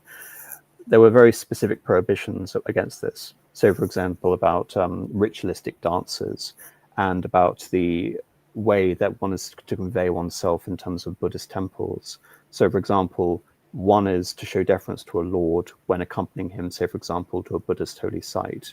When one is to bow, it is not a sign of idolatry. It has to be shown as a sign of societal deference, effectively. All of these subtle qualifications whereby that distinction can be held between preserving the hierarchy, preserving the Japanese society as is, without becoming revolutionaries in the form that the Japanese would perceive them as a new foreign iteration of the Iku-Iki. Do you think that's fair to say? I just wanted to add quickly, it's a little bit of a digression, but it's curious to note that sort of what you're describing of the Jesuit objective to kind of bring Japan into almost like a kind of full communion with it should be mentioned that that isn't the Jesuit connection writ large. It's very much Valinano's. Valinano. Yeah, we're going to see how there's a huge contrasting view against that, but that's Valinano's dream, certainly. Yeah, I'm aware. Sorry, thank you for correcting. But yes, it's curious that comes back around to be basically from the Japanese perspective, the one of the big objectives of the Meiji restoration, the Meiji reforms, and one of the main contentions of sort of late 19th, early 20th century Japan is kind of trying to be seen as a peer alongside the West, and as kind of like one of the great powers to be sort of considered alongside them. I mean, that was one of their main contributions, or attempted contributions anyway, to Versailles, but it was shot down, obviously. Well, yes, exactly. And I mean, we had that in terms of the dress reform, the considerable naval innovations, the fact that they, again, desired to be treated as one that, and again, they earned the rank of permanent members of the League of Nations as one of the victorious parties after World War One. Even though I think you're alluding to a specific statement on racial equality, which would have put the Japanese on the same level as Europeans, which the Europeans weren't prepared to introduce because of the colonial nature of their states. Yes, exactly. So yes, exactly. And it's ironic in many ways how I like to look at history as, you know, it's like poetry, it rhymes, but it seems again that this is almost like a reversal of history, that this is the Japanese deciding on their own initiative that we are going to catch up and imitate the institutions of the West, as if that had been again Valinano's original dream, that it is the incumbent upon the Japanese to seize upon the cause of Catholicism and to desire to integrate themselves into the whole Res Publica Christiana. That would be the equivalent. So again, it's very interesting that you bring up that comparison, because I think it's rather ironic and rather pertinent. But again, contrasting this, we've already talked about the conversion of various sort of Christian lords, and there are some others sort of important ones to note. There is I've already mentioned Amoris Sumatada, and it's in the year 1580, if I recall, that we find the Jesuit concession in Nagasaki, which I suppose is the most obvious case we have of the Japanese equivalent of a Jesuit reduction, going back to your Paraguay example, Rupert. And then we have Otomo Sorin, who is very interesting because he commissions the Tensho embassy that you see here in front of Gregory XIII. And again, Mitch, I'm not sure if you're aware of this. Have you watched the Tiger prestige dramas, the Japanese prestige dramas? No, I can't say I've watched them. One thing I was going to mention, just as a sign up, because the thing about Nagasaki was originally there was the Portuguese, like the Jesuits had this port called Yoko Seola or Yomo Seola. However, the problem was it got destroyed, I believe, like a rebellion or some sort of violent episode. I forget the particular circumstances, but then we got granted the land around Nagasaki, which at that time was a small fishing village. But over the ensuing decades, Nagasaki goes from a small fishing village to like a powerful city that's got fortifications and is pre-built up as a port to a point where it has it has quite a bit of autonomy. For example, they have a land tax that fetches in like 1,800 cruzados a year, and they're also able to not have to deal with like customs duties when taking in Portuguese shipping from Macau. So Nagasaki grows very quickly over this period as a trading hub. Out of curiosity, just again by point of comparison, the other, because Japanese society is not a state of great cities, and this is before the creation of Edo, which will later become Tokyo. The capital city of Japan is Kyoto in the center, but the other great sort of metropolis entrepot is Sakai, before it's later sort of incorporated into the environs of Osaka. What is the Christian presence in Sakai like at this time? Yeah, I believe Argentino Gineki Soldo and Alessandro Valignano very zeroing on that particular area, because the thing was, on that previous map, there's an island of Tanegashima, which to get a map up, to get an image of like how much Portugal had an influence there was. So the matchlock muskets that a lot of Japanese warlords of that time loved to import were nicknamed Tanegashimas, because it was reckoned that that's where the Portuguese landed originally. And of course, you see where Sakai is not far from Osaka, and it's one of the closest ports to Kyoto. Sakai is connected to the Chinese port of Ningbo, which the Hosokawa clan they were the main ones who controlled that trade. So they were a wealthy clan up until, of course, the Onin War of the mid 15th century. So Sakai is very much an important town. It's like in much the same way that in the Meiji period, Yokohama is very much an important port. Sakai is precisely that for the Christian presence, alongside later on Nagasaki. Because the thing about, whereas Nagasaki was a lot more autonomous, and the Jesuits really did build up that place by design. Sakai, as I said, it was part of a trading node long established between China and Japan, and it's worth noting that with Japanese civilization, there's a lot of influence from China, in much the same way that you can say that French civilization influenced the likes of the Germans as well as England in the Middle Ages. So when you have, but again, that's an aspect again which brought over comparisons and actually informed the whole conception by the Jesuit that these were civilized, is that this was a cosmopolitan culture that received and was able to pass and engage in literary and historical equivalences with China as well. And this was a major contention when it comes to the Chinese enterprise later on. So yes, there is a major trading link. There are these urban metropolises that can serve basically as nodes, focal points, potentially a conversion. But going back to some of the daimyo, the figure who commissioned this Tencho embassy was Otomo Soren, again of the Bungo region in Kyushu, which has been alluded to.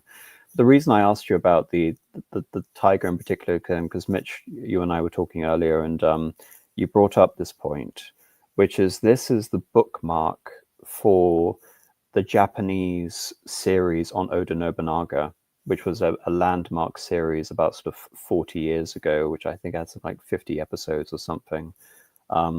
And it sort of focuses very much on the Tencho embassy, which is held in the same year as the Hanoji incident when Oda Nobunaga was assassinated. And because it's not really going to fit anywhere else in this conversation, and now we're talking about the Japanese perspective again, vis-a-vis, we could talk about these individual Christian lords. Another prominent one is Arima Harunobi. It should be again mentioned, the Lord of Shimabara, which is going to come up towards the end. But what is the relationship of Oda Nobunaga towards Christianity? Because then I assume some people already know or are familiar with who Oda Nobunaga is. He's one of the most famous Japanese leaders in history, because he is this warlord essentially out of nowhere who takes a small Japanese province, integrates it, is able to win an almost impossible victory against a clan called the Imagawa, and is able to take control of the shogunate before de facto abolishing it in the 1570s, and then beginning a series of conquests which begin the unification of Japan that you see really on this map, and begins the Azuchi period with his patronage of the tea ceremony and indeed his castle at Azuchi, and leads the way towards the consolidation under his Ashigaru Toyotomi Hideyoshi. But what is Nobunaga's relationship with Christianity? To the extent that, again, the Tencho embassy would almost be seen as a somewhat pivotal moment in terms of associating Christianity in that year 1582 with the cause of Oda Nobunaga. Yeah, Oda Nobunaga, he first meets up with the Jesuits in 1572, and he gets on pretty well with them. For example, when he builds up his capital at Azuchi along Lake Biwa, because he has his he changed, because one thing about Oda Nobunaga is he changes his seat of power. So, for example, he originally had Awari province, then he moved it to Gifu, and then Gifu, of course, is named after Mount Si, if I'm pronouncing that right, which is a very important mountain in Chinese folklore, because, as I said, Chinese folklore influence a lot in Japanese folklore as well. But then you have Azuchi being built. Now, Azuchi, they were Christian. There was one school built there specifically to teach the sciences from a European perspective, as well as, also, of course, teach Christianity. And Oda Nobunaga, like, he was very open to Christianity. I mean, I believe at one point, I forget which Jesuit priest he said this to. I think it was either Gineki Soldo or Alessandro Valignano or someone like that. He said basically he would be willing to convert to Christianity were it not for the fact that Christians look down upon adultery. So, yeah, and I believe his eldest son, who unfortunately also got killed off in the Honoji incident, the eldest son was also floating. He was also hedging his bets on possibly converting to Christianity. So I think it was his youngest son that actually does as well. Oda Hidenobu does eventually convert to Christianity. Yeah, yeah, and I mean, this is where I mean, I don't know what other people's. My view is, if the Oda clan had won the Sengoku Jidai, Japan probably could have turned Catholic. Like, I'd be willing to hedge my bet on that. But at the very least, you could have seen Catholicism being given largely just being given a clean sweep. Like, they had not like what you have with the Tokugawa shogunate later on, where you have persecutions or under Toyotomi Hideyoshi. But yeah, I think to summarize this, because I want to sort of pass this conversation maybe for a future stream, but Oda Nobunaga to me is the closest thing Japan has to a revolutionary autocrat. I would almost look at him as Japan's Peter the Great, who was also an incredibly heterodox figure who was fascinated with Westerners and wanted to import various elements of Western customs into Japan if he thought it was into Russia in the case of Peter the Great, if he thought it was necessarily advantageous, and that he wasn't concerned essentially with stamping down on any institution that he believed thwarted his authority. And we go to the various slogans of Nobunaga, which is by right of Nobunaga or by right of military might alone, and it would seem conducive again to this whole notion. But I don't want to talk about this topic too much without sort of going into counterfactuals. But when we come to Toyotomi Hideyoshi and Tokugawa Ieyasu, it seems that they are again falling back on more conventional norms of consolidating the extant religions within Japan. Whereas under someone more unpredictable, and you could say more sort of a pure genius in the form of Oda Nobunaga, that anything was possible. And I think that's actually part of the motivation, because people have speculated on Hanao Noji and Akechi Mitsuhide's motivations for the last sort of 400 years. But one of the elements, again, is the destruction of Buddhist temples, which were conspiring against Nobunaga, and the idea that he was this, anti Buddhist revolutionary in a sense, and that Mitsuhide could be seen as some sort of reaction against Nobunaga in that sense. So it's interesting to ponder, but I think Japanese history could have again gone in a very different direction had he, say, for example, lived another 20 years. Yeah, and just to get a map of Oda Nobunaga, like in terms of his view towards Buddhism, because his most infamous incident was when he burned down the monastery at Mount Hiei, which is just outside Kyoto, because it was probably one of the main centers of Ikowiki. And I believe Uesugi Kenshin, who was a very zealous Buddhist of his own, he basically wrote a letter to Oda Nobunaga not long after in the 1570s, basically saying, like, what you've done here is demonic. So Oda Nobunaga wrote him a response letter, and he signed it with Demon King of Awali. Yes, he was a very he was a very iconoclastic, sarcastic, but also a great patron of the arts simultaneously. So it seems, he was content with breaking everything down so long as he could build it again and refashion it in his own image, essentially, which is why he's fascinating. But this sort of really comes on to the countervailing influence, because I've talked extensively about Alessandro Valignano, and it should be mentioned, honorable mentions regarding the whole sort of religious formation. We have the Dominican Acosta, we have the Jesuits, Gabriel Vasquez, Pedro Gomez, and Francisco Rodriguez, in addition to John Rodriguez, who I mentioned at the beginning, all very prominent characters. And again, we could talk about expand upon the whole sort of Jesuit sort of descriptions about the nature of authority, about how the Japanese should be deferential towards natural law, how inciting, say, for example, the Athenian and Roman examples, really the modus operandi for the Jesuits in terms of advising converts was to render under Caesar. And so by that extension, it was natural and correct to show due deference towards one's lord, however, not to the extent that one comes and violates divine law. And so you had a lot of Jesuit jurists coming out and lawyers being able to divine, say, for example, the difference between human law and all various iterations of Latin lex, divine law, positive law, natural law, etc., etc.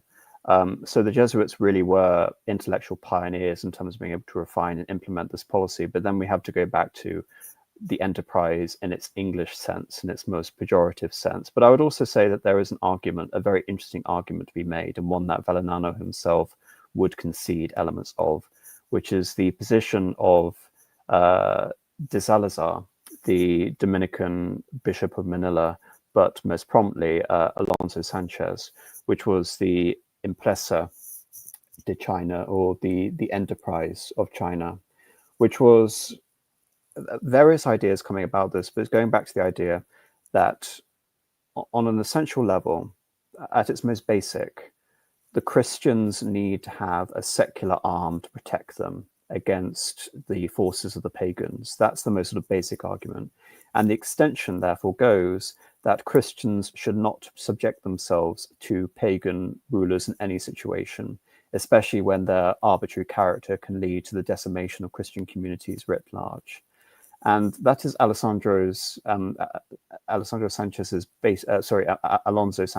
basic point. And it then goes further. This is during the period, again, after the Portuguese integration into the Spanish monarchy, or we can say the conquest of Portugal by Philip II. The Spanish Empire is at its height. It's fighting a campaign against the Dutch. The Dutch have declared independence in 1579, but at the moment it looks like the Spanish are going to win that conflict. It also looks like the monarchy of Elizabeth I, the Protestant monarchy of Elizabeth I, is about to unravel. France is in chaos. Really, if there is a high point of the Siglo de Oro, the Spanish Golden Age, it's at this point in the reign of Philip II. And so Alonso Sanchez is familiar with the experience in Japan, but also he's very familiar with the political structure in the Philippines. And the concern of someone like Alonso Sanchez is that he takes elements of what we've been talking about the civilization, the Christian civilizational capacity of the Chinese and the Japanese, and he flips it on its head. In the Philippines, he believes that the Spanish have had to resort back to, again, this whole mantra of the conquest of the primitives.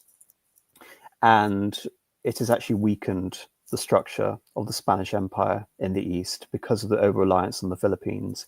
Indeed, the fact that there was a limited garrison in the Philippines of about 500 Spanish soldiers, and that the colony is almost seen as nothing more than a stopping point between we're talking about the era of Magellan, the circumnavigation of the globe, the crossing over of Spanish and Portuguese trade ships from Acapulco in western Mexico, which now are staying in Nagasaki before they then go over to Manila and then over to Macau and Malacca, etc. The whole interconnected global state of the Portuguese and the Spanish empires entwined. But from the point of view of Alonso Sanchez, the Philippines is going to unravel, it's going to collapse because it basically serves no other function than a port for this network of trade. And so his solution is to integrate China, Japan, and the Philippines together in one glorious enterprise. And by extension, he believes that this can only be achieved because the conversion efforts in China haven't gone down very well. In Macau, we're talking about some 20,000 converts. And Chinese are focusing, the Ming dynasty is basically quarantining most trade to the area around Canton, modern-day Guangzhou, which is also the area where the Pearl River, where Macau and Hong Kong are now situated. In order to extend Catholicism further, according to Sanchez, it can only be achieved by Spanish arms. He petitioned King Philip II of Spain to allow for some 6,000 conquistadors in order to conquer China. This at a point where the Chinese system, the Ming dynasty, was in relative decline. Its high point was some 200 years earlier under Yongle and the various naval expeditions. But now it very much seems that, this is 50 years before the collapse, essentially, of the Ming dynasty, when it's replaced by the Jurchens and the Qing Manchurian dynasty. So again, there is a possibility that the Spanish could have taken serious territories in Fuzhou, in the Pearl River, in the Yangtze River Valley. And then the idea of Alonso Sanchez was to use Christian soldiers from Japan as part of this enterprising force. The forces from Kyushu, explicitly. Alonso even boasted to the King of Spain, and the associated governments of all of the Spanish Empire were compiled together in the Council of the Indies, the various councils of the Spanish monarchy and the Crown of Castile, the Council of Aragon, etc. But he was very persuasive, and this is simply one Jesuit priest coming in and influencing the governor of Manila, influencing the bishop of, the most prominent sort of bishop in the Philippines, the King of Spain, and even getting the approval, in paper at least, of 5 popes to be able to conduct this glorious enterprise. But his notion, essentially, is that a conquest of parts of China or the entirety of China, would bring them the light of faith in addition to their pre-established civilization. And then the Chinese can intermarry with the Spanish, and then the Chinese can intermarry with the Filipinos. And that way the Philippines can be brought up to a state of civilized civilization, and then they can all intermarry with the Japanese. You see this later on with Tommaso Campanella, who is not a Jesuit. He's very much a religiously heterodox figure in the early 17th century. But nevertheless, it's this idea of the grand project of the universal Spanish Empire has to be complete and utter miscegenation with the civilized peoples. But that's Alonso Sanchez's sort of holy or unholy vision in this case. And again, it's remarkable how I go back to the joking comparison I made about the papal Tridentine Einsatzgruppen. But it's clear that there is a revival of sort of Guelph papal supremacist arguments as a result of the ascendancy of the Jesuits. And so in order to justify this extension of the secular arm of the Spanish monarchy into China, he draws on the various references of Hostientis and Innocent III in the 13th century, that the Pope, and by extension the Res Publica Christiana, has the right to assume universal planetary authority over all of the states and civilizations on Earth, that one should look at China basically as like the Ottoman Empire, that we're facing against the heretics and the heathens, and we need to simply expel these pagan rulers and bring to light the full nature of, again, Christian illumination, but also of innate papal authority, going back to the investiture controversy and the Gregorian reforms and all of these sort of things. You can understand why, because Alonso Sanchez was playing with all of these arguments simultaneously, why he was able to convince, or not necessarily convince, but entertain the time of Philip II and all of these various popes to believe that there was some merit in these ideas. But this would also assume that the popes at that time, because there were many popes, probably most prominently Sixtus V and Philip II, were as fanatical and as sort of ideologically heterodox in this case as Alonso Sanchez. But you can see, can't you, Mitch and Rupert, that it's taking elements of Vallanano's belief in the civilization of the East and almost perverting it and saying that we need to forcefully amalgamate these elements into the Spanish and Portuguese imperial project. Would you say that's fair? Yeah, that's definitely a good view to take on it. I've always interpreted it kind of, at least as much as kind of trying to redo the magic of the Western Hemisphere and try to kind of bring about the same kind of result as they had in Mexico and Peru. But yeah, I mean, if you're going to okay that kind of project, then presumably there's going to be quite a lot of people who have to buy in. So the clerical justification perhaps needs to be slightly different to the realpolitik monarchical justification, perhaps. Well, there is a realpolitik argument that could be presented to it, which is Philip II was prepared to entertain Sanchez's time until the disaster of the Spanish Armada in 1588, because Philip II was a very micromanaging and very sort of prudent monarch in many ways. He was a pragmatist in the sense that he wasn't prepared to waste resources when the Spanish Empire was already seriously overstretched on so many different fronts into this, what many believed essentially was a sort of pseudo, sort of insane religious scheme that could have eaten up so much in the way of the resources of the Spanish Empire. But at the same time, it is actually somewhat congruent with the aims of Japan. And this is why it's instructive to come back to the case of Toyotomi Hideyoshi, because the year 1587, it's also the last year where Philip II considered the enterprise of China seriously, because it was the year before the Armada. There's also the time in which the relationship between the Christian daimyos and the center changed irrevocably, because as you can see on this map, Hideyoshi invades Kyushu in order to subjugate. He's already subjugated the Mori, but now he's going to subjugate the Shimazu clan of Satsuma in the south. And the Christian daimyos have a choice. Do they side with Satsuma or do they side with Hideyoshi? And the more politic thing is to side with Hideyoshi. And this is where one priest, Gaspar Caleo, comes onto the scene. And he advocates that the Christians should support the armies of Hideyoshi in this enterprise, essentially, of consolidating Spain. However, he also wants to win certain rights for the Christians there. And again, talk about this idea of the reductions in Nagasaki. And when it looks for a moment,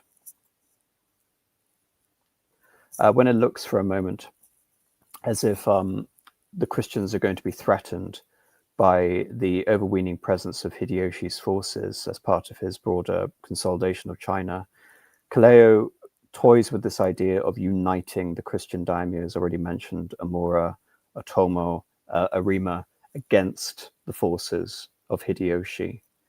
And it's this, you can say, incredibly impolitic sort of intervention by Caleo, which leads to the first edict of expulsion by Hideyoshi in 1587. It's later completely disowned by Valignano.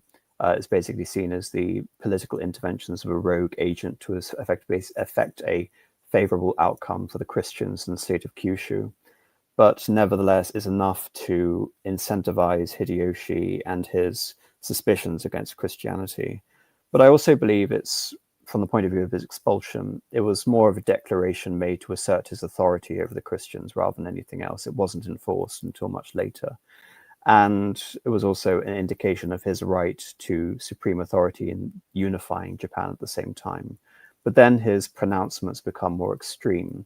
In response to this, a few years later, in 1591, he talks about the conquest of the Philippines, which he believed could be achieved very easily given the fact that the Spanish garrison was relatively small. But then he begins the conquest of Korea. And Mitch, again, it's an interesting question.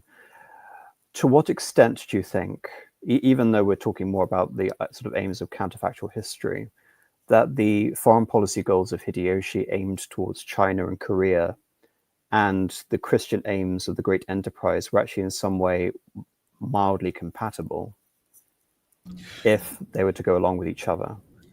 Yeah, I mean that's. I mean, you could say alliance.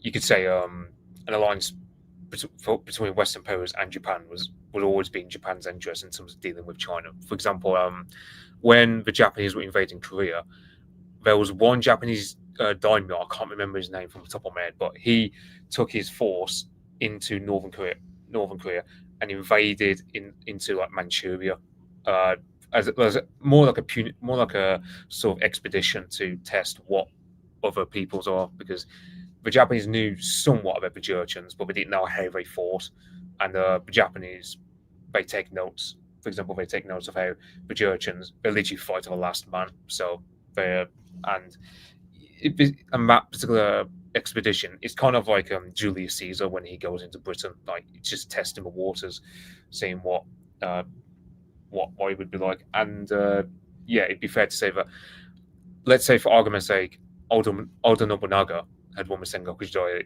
and I can imagine he probably would have explored the idea of perhaps alloying perhaps with the likes of the Spanish in terms of dealing with China, because I know one raison d'être for the Iberian Empire, especially for Portuguese, was they originally got into the Indian Ocean and further beyond because they wanted to get around the Ottomans, because due to the fall of Constantinople, a lot of the eastern markets were closed off. Well, as the idea of Japan, because it's worth noting that Japan had like 30 million people at this time, very good manpower pool for a hypothetical Spanish sort of. If the Spanish wanted to get some sort of sphere of influence operating in that neck of the woods. 13 million people, not 30 million people. Yeah. 13 million people. Yeah. Oh, yeah. But no, it's interesting. Just bring up some point, because I believe that it can go both ways. The Spanish on the Portuguese, it's probably again better to use that conventional historiographical term that you've employed. The Iberian Empire uses Japanese shock troops and samurai, but again, the extension of that, especially when looking at the incredible success of the Korean Navy against the Japanese, that the black ships of the Iberian Empire would have been incredibly useful to the forces of the Japanese in terms of being able to conduct their invasions. Yeah, I was just about to make that exact point. Is where the invasion really falls down is at sea. So being able to actually have their supply lines and communication lines guarded by a vastly superior European navy, Iberian navy, would be. That would probably just allow them to bring their full weight to bear, which they were never really able to, and even then they do incredibly well on land. So it's had this, yeah. But if I can just make one other point quickly, if you do view this all as kind of a as like a domestic political release valve, which is the conventional explanation that I've heard for why they go ahead with this, why Hideyoshi in particular goes ahead with this invasion, it doesn't necessarily work in that sense to have the Spanish be involved, because I can't help but think that any Japanese ruler at the time would view Spain in that case as a fairly and like, as the Christians are being patronized and they're becoming somewhat of a power block, as they sort of do later. I think it's inevitably going to be seen as a domestic political liability. So yes, I think this to turn away from that perspective I think alone. It's a very interesting point, because again, we're engaging in counterfactuals. We're talking about this within the overall aims of the Spanish and the Portuguese empires, and how all of these aims could be conducive or detrimental towards one another. I believe when we're talking about the viability of this alliance between the Japanese state, whatever incarnation it comes under, and the strength of the black ships, and especially sort of Iberian firearms, that this is something that Tokugawa and would obviously completely and utterly disavow. Hideyoshi would see this in a more conservative sense as fulfilling the obligations or desires of Nobunaga as a release valve, as you mentioned, and that again is the conventional assumption that this was simply sending all the formerly rebellious daimyo off to fight again, and the old sort of Henry V adage, in order to remain secure at home, engage in foreign quarrels. But in the case of Oda Nobunaga, I think it's fair to say that he would have seized upon this opportunity more readily in terms of the integration of all the technological capacities of the West to be able to augment a sort of a modern Japanese empire in that sense, because again, this was his original vision. So it would have been interesting to see how that would have manifested, and that's why the death of Oda Nobunaga is really a turning point. Do you think that's a fair assessment? Well, as Mitch has been saying in the comments, though, it is also worth bearing in mind that Oda Nobunaga was also quite ruthless about guarding his domestic power. So it depends on to what extent the foreign policy objectives are prized above potential domestic risk. Yes, and when it comes to Tokugawa Ieyasu, my contention was always that the overarching assumption, especially with the Sakoku, was sovereignty, extreme sovereignty. So this essentially is a case as how does one balance alliance with invading upon the notions of sovereignty. And in the case of someone like Oda Nobunaga, again, one of the reasons why he was prepared to play with the Christians is, again, a simple policy of divide and rule, pitting the Christian daimyos against the Buddhists, etc., who are challenging his authority at the same time. So there are many ways you can read this. But the facts of history pertain that the state of Christianity in Japan really began to suffer by this point, and all the hopes of Valenano were about to be thrown by the wayside. When it comes to the San Felipe incident, really, the San Felipe incident is what I already alluded to it at the beginning, but it's this whole sort of notion, again, that there is this Spanish strategy coming from Felipe de Hollandia. I mean, the exact quote, again, just to reiterate, is first to send missionaries to preach the law of God, and after the natives have received it, if their kings did not accept it, the Spaniards would arrive, they would create an alliance with the converted peoples of the land and kill those kings and dispossess them, and thus all would become vassals of the King of Spain. There is an element of truth with this, because this is basically paraphrasing the Spanish requirement, which is overused in terms of its justifications and the pronouncements that were made, including one apparently that was made towards Atahualpa, which is rather apocryphal. But the Spanish requirement basically goes, you will accept the church as your mistress, and great benefits will accrue to you. Otherwise, we will make war against you in all manner of ways, and it'll all be your fault. That's essentially the logic of the Spanish requirement, and it seems that the Spanish strategy that Alandia ostensibly again slipped is essentially that, even though it had been almost completely and utterly disavowed, 50 years before. But it's convenient, isn't it, that there has to be an element of truth for the Japanese authorities under Hideyoshi to receive that message, even if it was perhaps completely outdated at this point, and perhaps Alandia was working against the purposes of the Spanish. But it leads to the Nagasaki massacre of 26 Christians. And this was really, I think, rather than anything we can exaggerate, like a genocide against the Christians or an attempt basically to eradicate Christianity, it seems that this was a message more than anything, a deliberate declaration by Hideyoshi that you will not inveigle upon my authority, you will not allow for this quote-unquote Spanish strategy to arrive in Spain, again, emphasizing that along with unification, it was the assertion of independence and sovereignty of the Japanese. And this really evolves into the lingering suspicion of the Christians for the next 40 years, which results in Sakoku, the isolation period, which is the reason of state being the raison d'etre of the whole Jesuit and broader Catholic mission.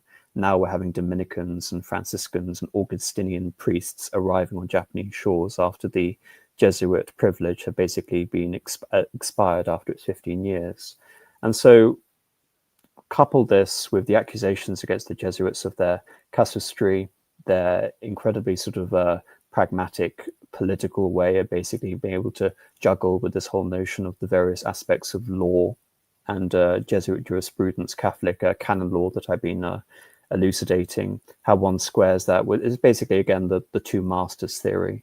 How can one be loyal to a secular lord and to God if those two things come into conflict? And ultimately for the Christian, the loyalty to a Christian Lord, to God. And again, it's interesting, isn't it, that the whole notion of fidelity to one's Lord and the Lord, a universal daimyo in the case of the Japanese, that he is the supreme Lord, and thereby all other lords will essentially have to diminish in their relative authority to him, because of course it would, otherwise you wouldn't necessarily be a Christian, would you?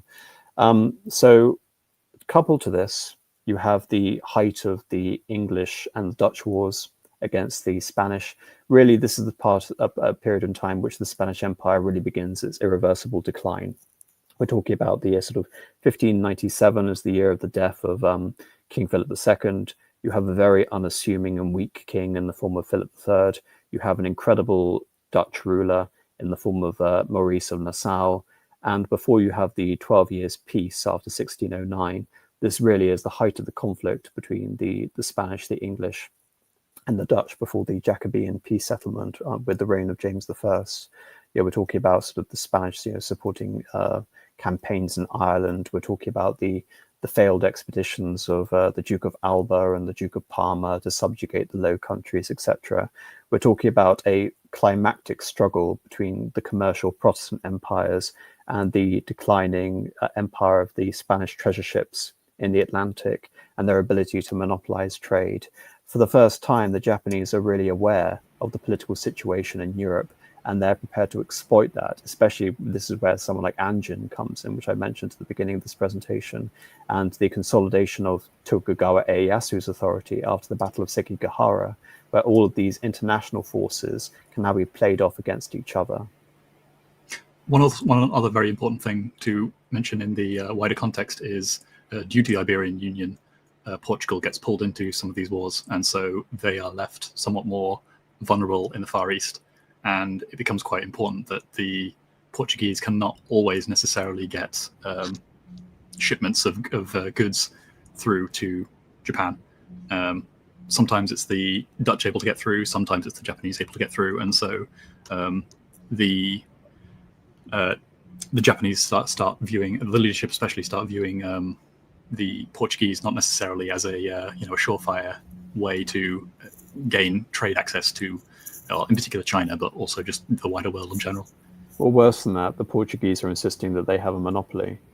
And the Japanese are in no way convinced by this argument, especially by the time of the shogunate of Hidetada. So we're talking about sort of from 1603 onwards, especially around the deposition of Hideyori and Osaka, because this really is the time where the Spanish are dramatically losing in their conflict. And the Portuguese, as you mentioned, they're effectively having their empire chipped away from underneath them as a result of the Iberian Union.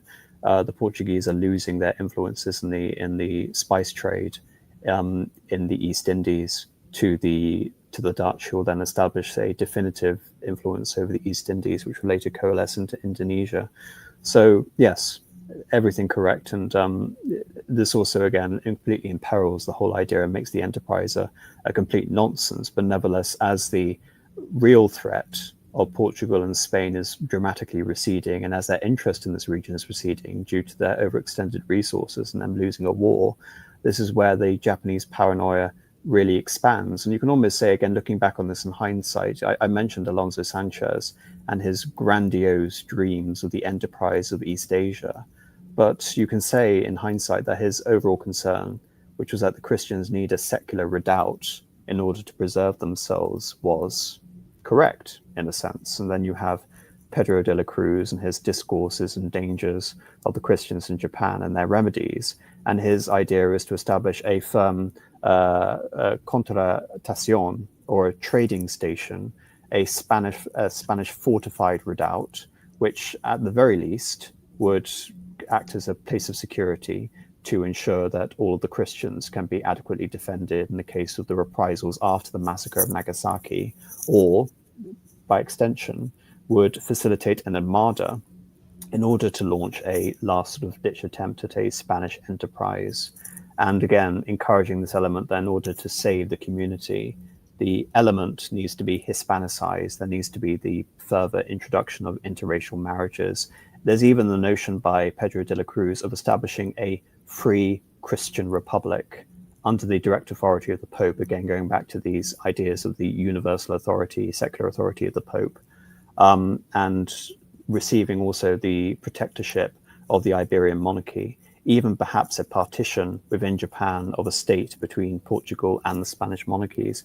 And this is a case where, to juxtapose this, someone like Alessandro Vallanano, who was advocating for conversion rather than the secular arm as Alonso Sanchez was, it's important to note that he is not a pacifist, and very few Jesuits are pacifists. They look to Acosta, they look to Villaretto, they look to the idea of the just war arguments and the rights of nations and the preservations of Christians and the duty to protect Christians. And this is just to emphasize Vallanano's own evolving views as a result of the diminished state of Christians in Japan.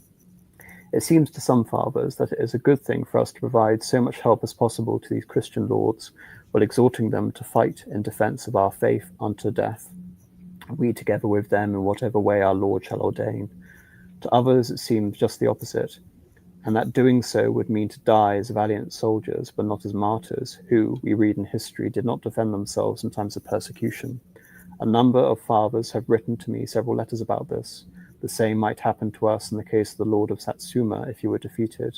Some thus believe that ours, the Jesuits, should not get involved in any such matters, even if what was at stake is defending the Christian community, should the Christian lords decide not to retreat and defend themselves with arms for as long as they can. And to those of this opinion, it seems that dying in such a manner would be to die as soldiers and not as martyrs. And yet, others hold that it is completely irrational to allow for the Christian community to be destroyed and not to resist the Gentiles insofar as possible, even with arms, and that to claim the contrary is a sign of stupidity. Thus, fighting for the cause of religion, both they and the Christians would die as much as martyrs if they had allowed themselves to be killed for the faith. And that is, in fact, how the whole Christian community of Europe defends itself against the Turks and other infidels who persecute it.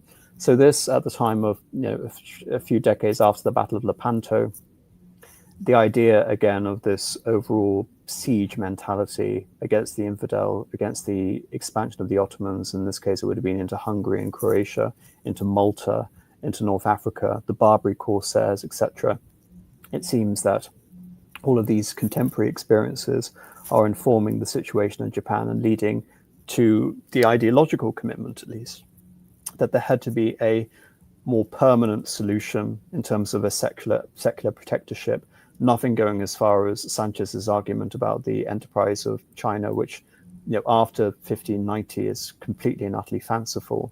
But as they're slowly realizing this, the Jesuit missionaries and the Catholics in Japan, any possibility of this is dying. And so as the Japanese sort of accusations of treason become, again, more numerous, as the prohibitions against them become, more fervent, it seems that the Catholic, quote unquote, century of Japan and its experience of interactional openness with the West is dying.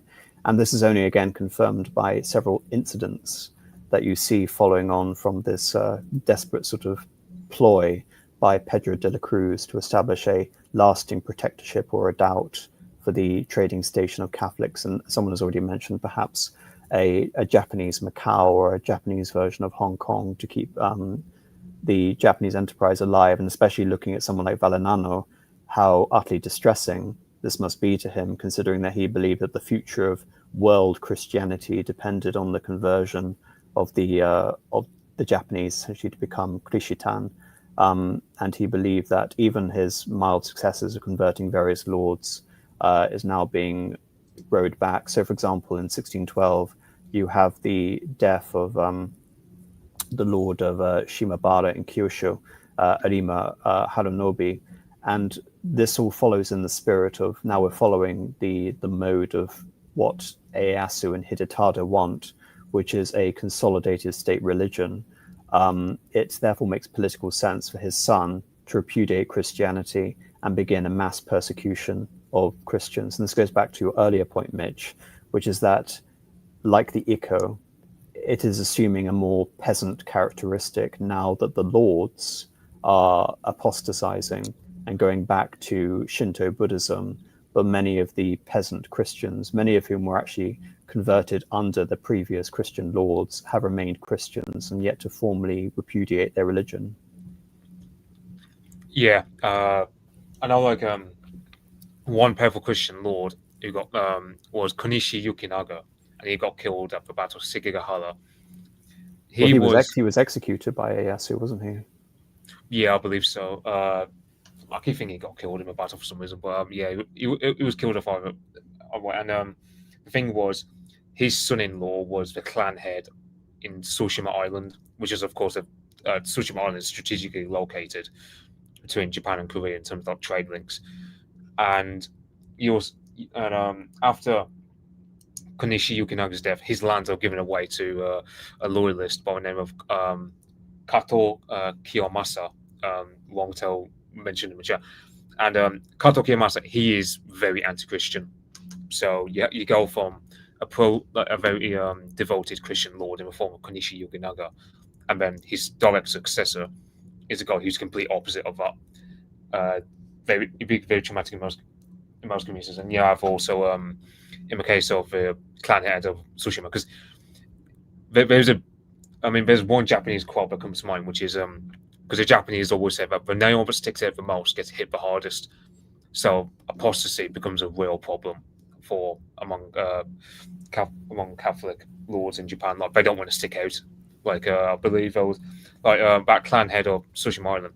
He converted in secret rather than get Toyotomi Hideyoshi to know about it and thus be very furious. Because it's worth noting that I believe in 1587, literally 4 days before he passed that anti-Christian edict, he was still meeting with that Gaspar Coelho and getting on cordially. So that anti-Christian edict of 1587 really was a massive surprise for the Jesuits. They never guessed it would happen. I mean, he did. Although it's worth noting that Hideyoshi did let up on some of it, even though he did appoint this guy called Nabeshima Naoshige in charge of Nagasaki. But the thing was, the Christianity went hand in hand with the Nanban trade. So for a time, until the Dutch and English arrive. Obviously the Jesuits are tolerated, but once the Dutch and English arrive, that's really like the last leverage the Catholics have got. And the Dutch and English are more than willing to play up the phobias that the Japanese have. So, for example, the Dutch are the ones that conveniently relay to Hidetada the story of Captain John Moreau, which is this ship, apparently, that these plans, a signed appeal was sent to the Pope Pius V, that one Japanese convert, Moreau, had been captured around the Cape of Good Hope, and he had appealed to the Pope for the right to murder Ieyasu, who was the shadow shogun at this point. Hidetada had taken over formally, but Ieyasu was still the one ruling over Japan. And you mentioned again the issue with apostasy. The reason why apostasy also becomes so prevalent is because martyrdom is so antithetical and so reviled by the Japanese administration under Ieyasu. In particular, as the persecutions in Kyushu and as the executions become more rife, we have the notion that it's now an evil religion. In particular, the laws of the Christians, they pay no heed to death. It does not give a second thought to going into the fire and burning or entering water and drowning. It holds that if blood flows from the body and brings death, Buddhahood is achieved. Again, the Japanese sort of idiosyncrasies with sort of looking at this. But this is following on from the idea it's a legalist principle, which extends from the creation of the first Qin Empire in the 3rd century BC, which is the principle that the state is only strong when there is full conformity with the punishment. So if people are being killed and everyone is in contentment about it, then the state is strong because it's seen that the punishment is just. But when Christians are venerating the dead and they're saying that the punished are martyrs, this is seen as a indictment about the validity of the state's justice. It's completely anti-legalistic in terms of its understanding. And so the whole notion of martyrdom is seen as a direct and incendiary point about this whole spiritual conquest, that they are fanatics. These are people that can't be reasoned with. They're becoming revolutionaries, according to this, again, consolidation of a new conservative hierarchical feudal order under Ieyasu. And so the prohibitions just follow one after another. So in 1612, it's discovered by Ieyasu that a number of his hatamoto, who are basically high-ranking Tokugawa retainers, samurai, but not of the rank of daimyo, are Christians in Kanto, which is the heart of the Tokugawa power around the city of Edo, which is modern Tokyo. And so there is a prohibition on all Christians in Kanto, and a prohibition on the retainers of Ieyasu being Christian. And this is then followed up by the Nagayasu incident, which is erroneously declared to be a Christian case, but in reality, it's one very corrupt daimyo appropriating funds from the Bakufu, the administration of the Tokugawa dynasty, who has links with the Spanish and the Portuguese, and that further adds flame to the Tokugawa accusation of treason. So this is followed in 1614 by the prohibition of all Christianity. And I mentioned the declaration on evil religions. That was done under the influence of one Kuchin Suden, who advocated for a Confucian, Buddhist, Shinto fusionism as the extension of the idea that Japan is the Shinkoku. Japan is the land of the gods. And when I was talking about the Tokugawa shogunate, the reason, again, I was comparing it to, you can say, the more English example, is that it was a formal state religion in response to the Catholic threat, in the sense that you had to be registered now at a local Buddhist temple, and you had to show outward deference towards the norms and conventions and cultures and religions of Japan in order to be seen to be part of society. And you can say that because Japan was still a very regimented feudal order, because the Bakufu was not a mass bureaucracy, because it relied on the relationships between not only the feudai but the Tozuma, the outsider clans, that having a strong state religion was basically a way to offset any vulnerabilities in the feudal order. Imagine after the Battle of Sekigahara, which delineates between the allied clans of the Tokugawa and the opposite clans of Tokugawa, that all of a sudden, all of these Tozama on the fringes are going to start allying with foreign powers. And there is actually two examples of this, you can say, which really, again, further inflame Tokugawa suspicions. One is the Siege of Osaka, in which some of the samurai are holding Christian banners. And again, this is massively overblown, but again, it's this whole notion of paranoia emanating from the fact that Hideyori, the son and heir of Hideyoshi, who have basically been usurped now by the Tokugawa clan, was allying again with nefarious Christian lords and Christian peasants and samurai to overthrow the authority of Tokugawa.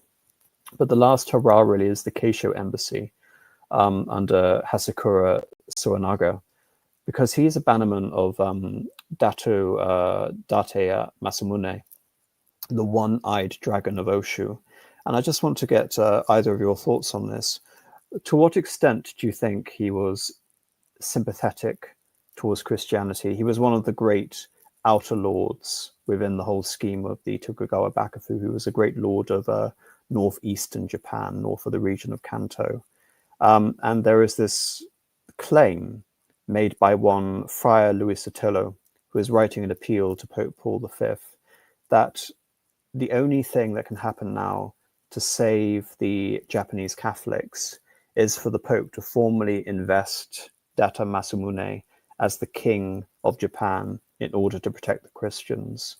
Now, what do you think, again, that this is just a last sort of desperate gambit by the Christians in order to show up authority, or do you think Date had any genuine concern towards Christians? I've heard he was sending ambassadors to Europe, especially to the likes of Rome and Madrid. But I don't think he would have had any sort of position to take on Tokugawa, because the thing about Date Masamune was, if he was born earlier, then he probably could have been a serious contender in the Sengoku Jidai, but he was born too late, and by the time you come into this Tokugawa shogunate period, Date Masamune, he's not going to. It's really a matter of sort of, you can't even call it last throw of a dice. It's really just a matter of just hoping for something that's not going to happen, like sort of false hope on the part of Japanese Christians here. I think there is the angle though as well, where I'm broadly in agreement that I don't think Date Masamune would have really been, not exactly a hardcore believer per se, but there does seem to be a recurring belief amongst the daimyo, and certainly at the top levels. So Tokugawa Ieyasu and Toyotomi Hideyoshi certainly seem to believe this, that there's a kind of necessary link between Christianity, more particularly accepting missionary activity, and getting access to Western tech and Western innovations in science and Western trade in particular, and all of that kind of stuff. So I think that is also part of the reason why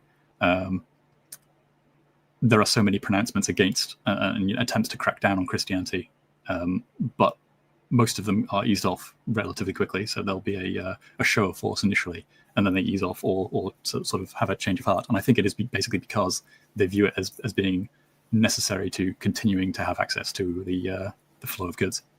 Yes, I think that's probably why Ieyasu was content to tolerate the Keisho embassy by Hasakura, who, like I said, was a bannerman of Date and a Catholic, because it was seen as one of these last attempts to not only establish formal relations with Rome, but also to ensure the continued presence of trade. And obviously this fails, and by the time that the embassy ends in 1620, all the prohibitions, the Siege of Osaka has occurred. Japan has really changed forever.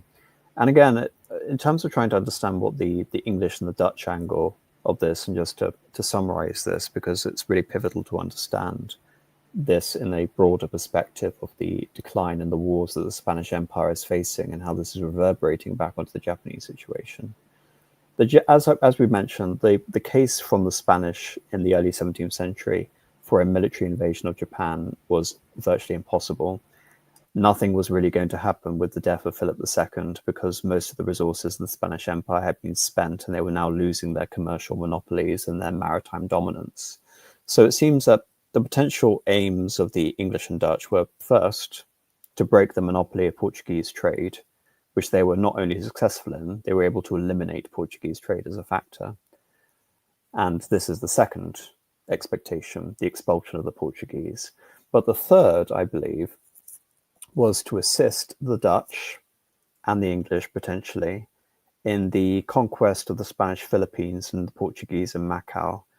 And obviously, after the disaster of Korea, whereby 2 invasions were defeated by the Ming forces and the Choson forces, instead of advocating for an ambitious foreign policy, Ieyasu instead, as we'll see under Iemitsu in Sakoku, advocated for no foreign entanglements, no foreign wars. And so you can say this last-ditched grandiose aspiration of the English and Dutch, that the Japanese would essentially be used, kind of what I've always argued the Japanese were there for during the Russo-Japanese War, which is the Japanese were there doing the bidding of the English in absentia. There could have been an aspiration for this in the 17th century, but in many ways, the English and the Dutch were the victims of their own success in this situation, because the phobia they were able to inflame about the Catholics in Japan became so excessive that when the Dutch were finally granted the concession to trade with the Japanese at Dejima, the artificial island in Nagasaki, they had to do so in a state of de facto incarceration, where no Christian elements or images or texts whatsoever could be brought into Japan. And the final element to consider here is that obviously a Chinese aspect of the printing press had already been brought into Japan, but the Portuguese introduced the, I forget the Gutenberg press, and the various innovations from it from the 1580s and 1590s onwards. So it wasn't just the proliferation of religious texts, it was the mass proliferation of religious texts that was really inflaming the concern of potential, again, the need for censorship and the need to curtail vast sort of amounts of, religious education in a relatively literate society. It should be mentioned, Japan was one of the most, and is one of the most literate societies in the world at this point, and will remain so even thanks to the period of isolation. And so that is a key element which also enforces the idea that we need to clamp down and destroy all of these religious texts, even in the extreme example that we see with Dejima. But do you think that's a fair case to say that the English and the Dutch were in many ways the authors of their own near demise in that case? I think yes, if they desired more influence than just trade, but in some cases, well. So I think there's one figure in particular to mention who seems to me to be very pivotal to all of this, who is William Adams, who is a navigator on a Dutch ship with the Dutch East India Company, and ends up becoming stranded on Japan, effectively incarcerated, and then goes on to become a major liaison figure between the Portuguese in particular and the Japanese, as well as the Dutch and Englishmen who are present on Japan alongside him. But he goes on to become just for reference, William Adams is the Anjin that I've been mentioning throughout this stream. Anjin, yes, of course, in Japanese literally just means the pilot.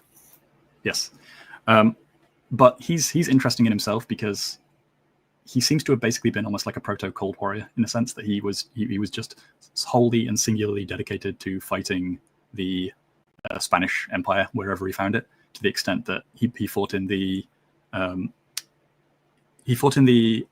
Spanish Armada. He fought against the Spanish Armada and under Sir Francis Drake for a while, and then once that conflict petered out a little bit, he left to go and join the Barbary pirates and became a navigator under them. And only then did he go on to enlist in the Dutch to continue fighting the Spanish. And that is effectively the main through line of what he achieves in Japan, is that when he goes on to have a position of influence, he is fairly consistently, although on the one hand, yes, he's furthering Dutch and English aims to an extent. Primarily what he's doing is sowing distrust against the Catholics and the Spanish and the Portuguese. Yeah, I know. I was also reading about the East India Company where I believe because I think after a time William Adams also went native, and to a point where when the East India Company, as in the English one, uh, ask him to help them get into the Japanese market, he just refuses it. Right, like he just has no interest. So it's also like so in terms of like the English trying to get a foot in the door, so to speak. Yeah. In a way, like it was William Adams who just blocks it for them. But he does secure concessions for England, but they're eventually abandoned for being unprofitable. Whereas the Dutch maintain their presence, obviously, and they're able to make it profitable and keep it in play. I think it's also relevant that he ends up becoming a major figure to aid in shipbuilding in Japan. So he supervises the building of a sort of somewhat more Western style, or rather at least a more heavy-duty shipyard that is able to produce proper ocean-going ships that Japan had not really had up until that point.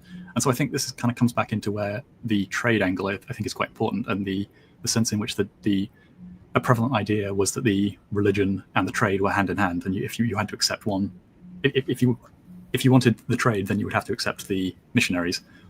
But you have people like William Adams who are trying to present other options. Because on the one hand, you've got the Dutch and the English who are not really as insistent on pushing the religious angle, but William Adams himself is also trying to supervise the creation of a trading fleet for Japan itself, known as the Red Seal ships, or the Red Seal fleet, who can then go and actually fulfill the same role for themselves and have it being under Japanese sovereignty. I think the interesting thing is, though, that the irony, of course, being that I think the Dutch, being a sort of semi-secular republic, actually saved them in this case in terms of their trade, because the idea of James I and Queen Elizabeth, and the idea of them being the heads of their religion, of state, supreme governors of the church and defenders of the faith, it imbued within the Japanese a sense that this is just another Spanish iteration. We may not quite understand it, but the same threat may possibly arise. And so the Dutch were considered to be the only ones who do not explicitly associate trade with missionary work. And even then, we need to ensure that they don't bring in any Christian literature or allow any sort of missionary presence in order to stand in for good measure. Because we have, the early expulsion of the Spanish when Iemitsu gets in as the third shogun. The English are also expelled. The Portuguese are also expelled, leaving the Dutch in Tajima. And then we have the Shimabara rebellion, led by Amakusa Geronimo Shiro, who, again, is one of these figures who was reviled in Japanese history for his, again, being the encapsulation of all of these parodies that we've been alluding to regarding the mad, sort of brazen, revolutionary, religious fanatic, destroyer of all the traditions of Japan whatsoever. But really, the Shimabara rebellion was a very convenient pretext. It was a convenient pretext that allowed Tokugawa Iemitsu to fulfill and conclude and consolidate all of the policies about religious centralization and central control that we've been alluding to up until this point. Because really, the Shimabara rebellion just so happened to really be a rebellion centered around the overweening authority of the shogun in an area which had already been relatively unsettled following the death of Arima Harunobi some decades before. So this is a region that had already experienced a huge amount of religious and political strife in the preceding decades, more so than even other areas of Japan. And as we saw later, even with the rebellion of Saigo Takamori in the 1870s, Kyushu is a relatively unruly area compared to the rest of Japan, where there be in particular sort of areas of central Honshu. And you also had the concern that Shimabara is very close to the domains of the Chosu domain and the domain of Satsuma, which are seen as the two most potentially treasonous lords to rebel against the authority of the Bakufu and the Tokugawa. So an extension of a peasant samurai rebellion out of Shimabara would potentially have the implications of a general revolution against the Bakufu. But because it was essentially mainly a peasant rebellion with samurai elements, and because those peasants happened to be Christian, it provided the perfect pretext for Iemitsu to declare the closing off of Japan and the completion of this process, or at least that's how I read it. It's also curious that they were basically correct in that assessment, albeit missing albeit the timing, got the timing a little bit wrong, because that was more or less how the early stages of the Boshin War break out, as I remember correctly, centered primarily on Kyushu? Yes, and Chosu domains. The Chosu were basically relegated members of the Mori. The Mori were one of the great Sengoku clans, as Mitch knows, who were able to consolidate most of Western Honshu, but they were demolished in the 1580s by the forces of Nobunaga and Hideyoshi, and as a result of it, they maintained a centuries-long vendetta against the House of Tokugawa, and their alliance with Satsuma would ultimately be the ones that bring about the era of the Genro and the Meiji Restoration, to the point that nearly all the Genro come from those two domains, Satsuma and Chosu, and are linked with the Shimazu and the Mori clans. So this was a concern that was actually baked into the whole feudal structure post-Sekigahara. We're not going to eliminate all of the clans that have opposed us, but we're going to simply ostracize them from the political center. And so having Shimabara and its location and its potential connection again to the Christians and foreign powers, it's like taking all the concerns about Date and expanding them, to a whole nother level. So there is obviously a clear rationale as to why Iemitsu would decide that now is the time. And the purest sort of iteration of this in terms of the expected apostasy of and repudiation of all Christians in Japan under Iemitsu is the ritualistic implementation of the Fum-I, which is to create images of the Madonna and Child. Again, for Protestants, this wouldn't necessarily have the same effect given the Catholics and their focus on Mariology. But even the Dutch, as part of the ritualized process of sakin kotai, or alternative attendance in the capital Edo, where they were obligated to go and make their deferences to the shogunal capital, were obligated to stamp on images of the Virgin Mary of Madonna and Child whenever they left their artificial imprisonment in Dejima. And this was expected of anyone who was, again, assumed to be a potential crypto-Catholic or crypto-Christian, that they had to explicitly deny their faith. And of course, when the Jesuits had written about this was something the Jesuits could not countenance, even though they were accused of sophistry, casuistry, and equivocation. If one was to explicitly deny one's faith, you only need to go back to the example of St. Peter, then one has formally apostatized. This is a moment where one has to take a stand. And even then, the martyrdom also has to be denied to them, because according to the legalistic principles about the sanctity of state responses and state retribution, that this again would be seen as a great act of rebellion against the state in death. So all of these things coalesce to consolidate an identity in Japan which is fundamentally anti-Western. And so it's only appropriate then that the Fume continues all the way up until the expedition of Commodore Perry and the opening of Japan and the introduction of unequal treaties, and also by extension, a profusion of another type of Christianity into Japan, albeit mainly Protestant Christianity.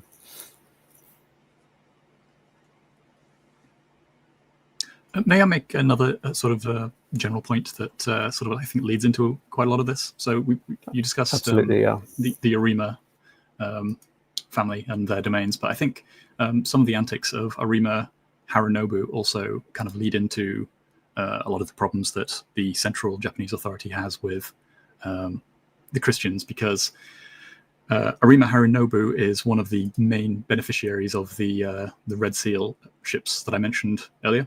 So he ends up becoming the captain of one of the fleets that is attempting to set up their own independent trade routes of Christian influence, and in particular of Catholic influence. And so they set off in 1608 to Macau and attempt to sort of trade with the Portuguese there, to obtain the Chinese, silk in particular, on better terms. But it's kind of still a problem because I believe the Portuguese, well, basically the Chinese will not deal directly with the Japanese, and so they still have to go through the Portuguese, but hopefully on better terms. But due to some peculiarities of how Macau was being run at the time by a particular captain, one Andre Pessoa, there's a major altercation between, which is known as the Red Seal ship incident, I believe, and they essentially fight with the Portuguese, and the Japanese come off quite badly from it. They end up losing 50 samurai dead, and are forced to return to Japan in disgrace. But Arima Harunobu tries to sort of get his own back by attacking, basically initiating another incident called the Nosa Senhora de Graça incident, basically where they ambush and try to capture one of the Portuguese black ships when it is particularly under strength in the proximity of Nagasaki. It sort of takes a few days, but they are eventually able to overcome the crew, including Andre Pessoa himself. But he decides to basically just detonate the ship instead of allowing it to fall into Japanese hands. This whole incident, Arima Harunobu decides to, basically he thinks as a result of all of this, being able to sort of successfully humble the Portuguese, that he's due quite a lot of credit. And although he is given some credit, he's provided with some gifts, and I believe he gets a high-profile marriage for his son approved. But he doesn't think he's being given enough because his family suffered some lost land, and so in an attempt to get those lands, he attempts to basically scheme with a high-profile Christian advisor to the Tokugawa court, and this is discovered essentially, and it causes another kind of incident. The name of that being the Okamoto Daihachi incident. And my interpretation is that sort of as a result of that, and seeing how the Christians will sort of scheme with one another, even absent the influence of the foreigners, because obviously in that case you've got a high-profile Christian daimyo who is working on behalf of Japan and in Japan's interests, but still trying to subvert central authority with the help of other Japanese Christians.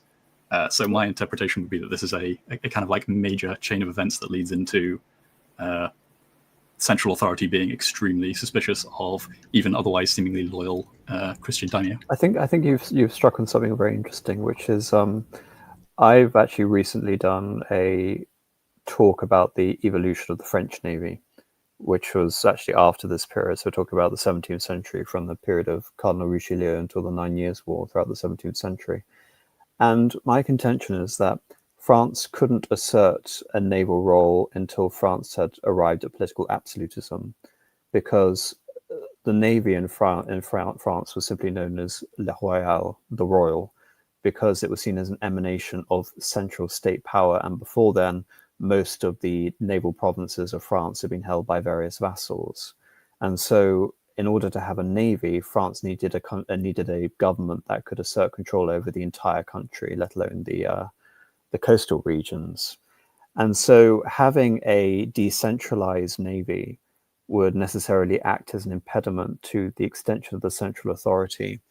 And what you're describing with the Nosa Senhora de Graça incident is basically just that. It's the implications that if one outsources the navy, then you're setting up a rival power base with potential to associate with foreign powers to completely and utterly compromise the center. So if there is to be an absolutist state, even a sort of highly stratified feudal state, I wouldn't describe Tokugawa Japan as absolutist, the Navy has to be under central control. There has to be no sort of exceptions for sort of devolution, because even with what we saw with Elizabeth, which was an example of sort of devolved naval authorities with her pirate adventurers, essentially this would be the equivalent of letters of marque operating out of the sort of shogunal authority. If your entire navy is just entirely dependent on the equivalent of letters of marque, then, as we saw with the Wacko pirates in China, they can receive redoubt, say, for example, in Okinawa or Tsushima, or the various islands off the coast of Taiwan, even the island of Taiwan itself, and this can serve as a major threat to the direct authority. So I think that is clear, that in order to establish a central authority, there needs to be a central navy. And rather than establish a navy, as you saw with the Red Seal projects, it couldn't be done centrally, it couldn't be done through Kanto. And so the Japanese instead opted for isolation rather than the extension of power through a Tokugawa Bakufu fleet. So I think that's a very interesting point you bring up there. I think my interpretation is kind of that they just decided that they didn't need it. So the main thing...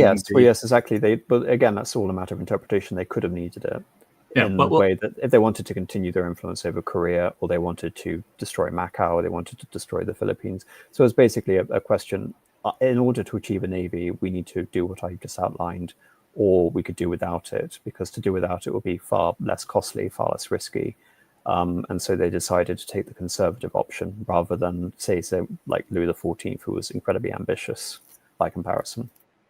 Well, yes, all correct. But as I've kind of tried to point out a few times, as far as I can tell, and especially with the Red Seal ships, the intention is mostly it's all just around trade. So how do we solve the trade issue? And I think they basically just came upon the conclusion that, for one thing, as far as I can tell, the Red Seal ships might not have even been that profitable, and it just kind of ended up being a bit of a dead end for them. So they just decided to scrap that entirely. But also, yes, by the end of this whole period, sorry, just quickly, they get to the situation where the Dutch are not going to be a political threat at all, and in fact, they might be a political asset if push comes to shove, as we'll see with Shimabara. But they get the full benefit of the trade without having to take up until now, what they'd considered to be a trade-off of accepting in Christian influence. So they essentially get the best of both worlds, where they get all the benefits of the trade, and they can completely lock down their central authority. So they just don't perceive there to be the same trade-off anymore. And for reference, in terms of for the sake of the East Asia comparison, because we've been mentioning China a lot, the Chinese did the exact same thing. They had the glorious expeditions with Zheng He, who had a grand sort of tributary armada before the Portuguese set sail, and the ships were intentionally destroyed by future emperors. And then it was decided that there will only be one point of access of trade, which is through Canton and the concession of Macau. So this exact incident had happened in China, and they were obviously trying to imitate a form of that. But Mitch, before I get to the super chats, are there any concluding thoughts you have about this period? I might need to think in terms of the Catholics. I mean, obviously, one problem the Jesuits had from the get-go was just it was, I wouldn't say entirely seen as a sideshow, but you've had to that the main effort of Catholic missionary work was done in Latin America, so the Jesuits didn't really have much to go on. I mean, for example, it was only in the 1590s that Valerignano was able to get a printing press to distribute, let's say, for example, a Bible, let's say in Romaji, which is like a Japanese but in Roman letters. Then, because the thing was, quite a few of the padres and my brothers had difficulty trying to learn Japanese at first, because of course, Portuguese and Japanese just aren't related to one another as languages. Another thing I'd say, considering the Shimabara rebellion, I know that the Dutch, they were involved in it briefly. They were bombarding one of the main castles involved in the rebellion. But then, on one hand, it did what the Dutch achieved, which was getting the good books of the Tokugawa regime. But on the other hand, it's also a lot of the daimyo actually got the Dutch to go back to Port.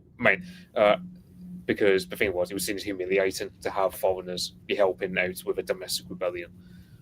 So yeah, there was that. I mean, but it further compounds the tragedy, doesn't it? That all of this scheming, the international connection, and Valeriano's dreams of, the res publica Christiana, Nippon or whatever.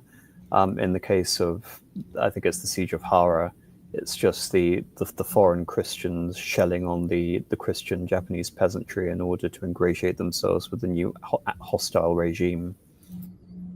Yeah, I can get why a lot of people in our sort of circles, a lot of people who look at this can look at the Dutch with such ignominy, with such sense of ignominy. I can't speak.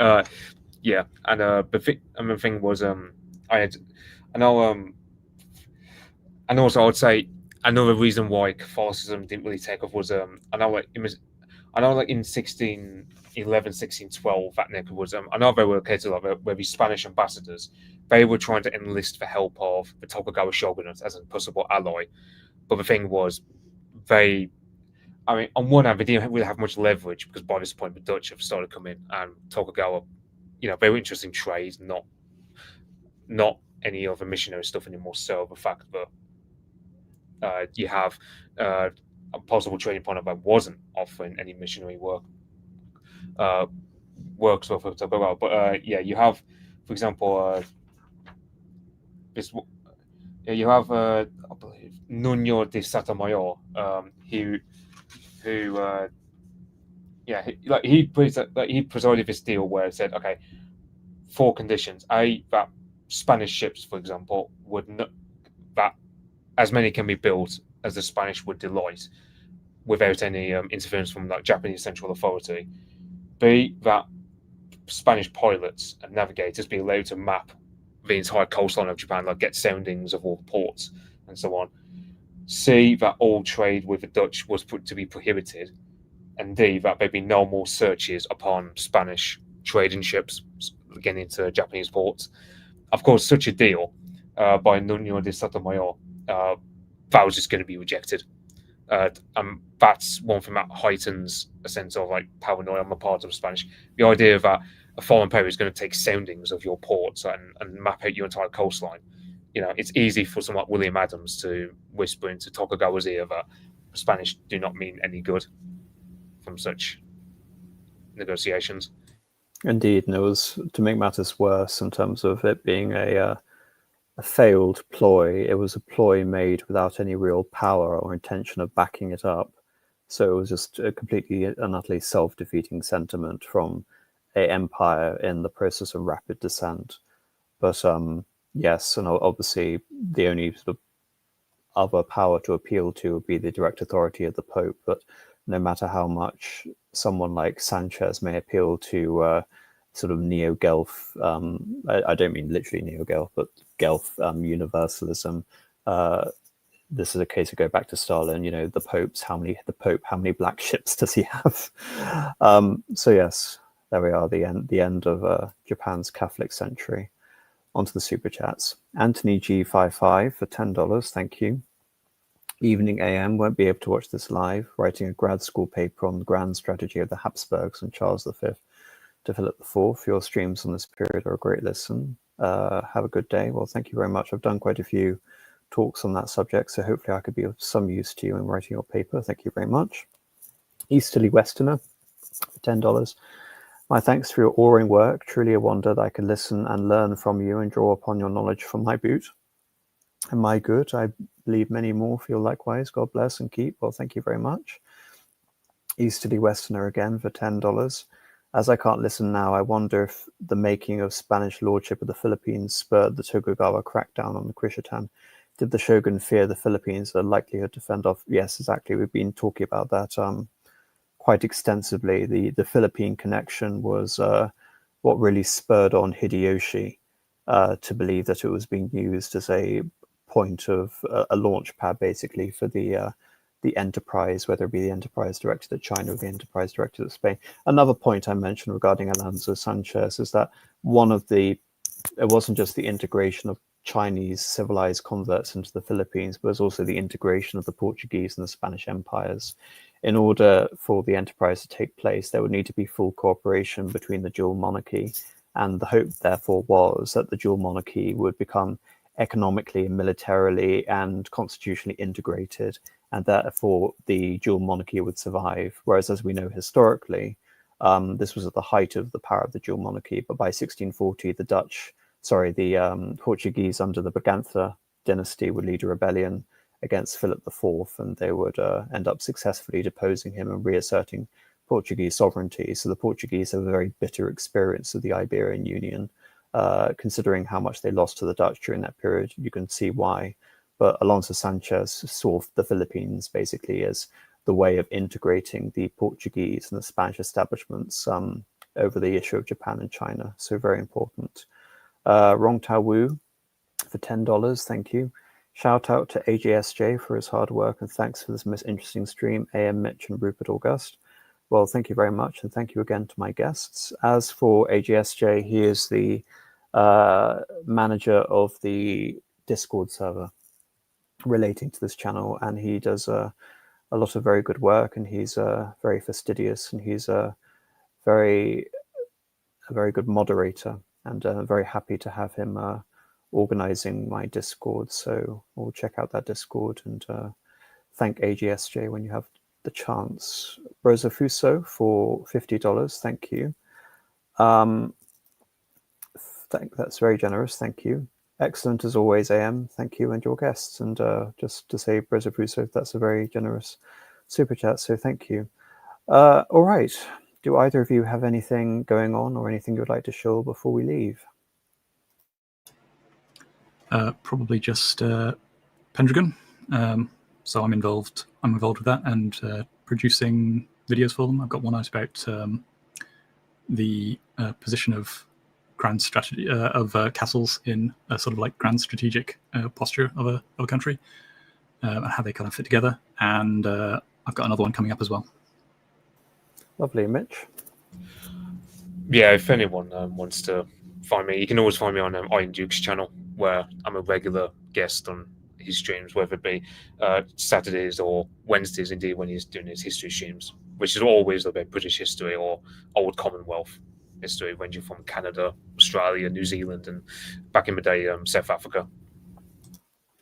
Wonderful. Thank you, both of you, very much for coming on, and thank you everyone for listening. And hopefully I'll be able to catch up with you all soon for another stream. Thank you very much.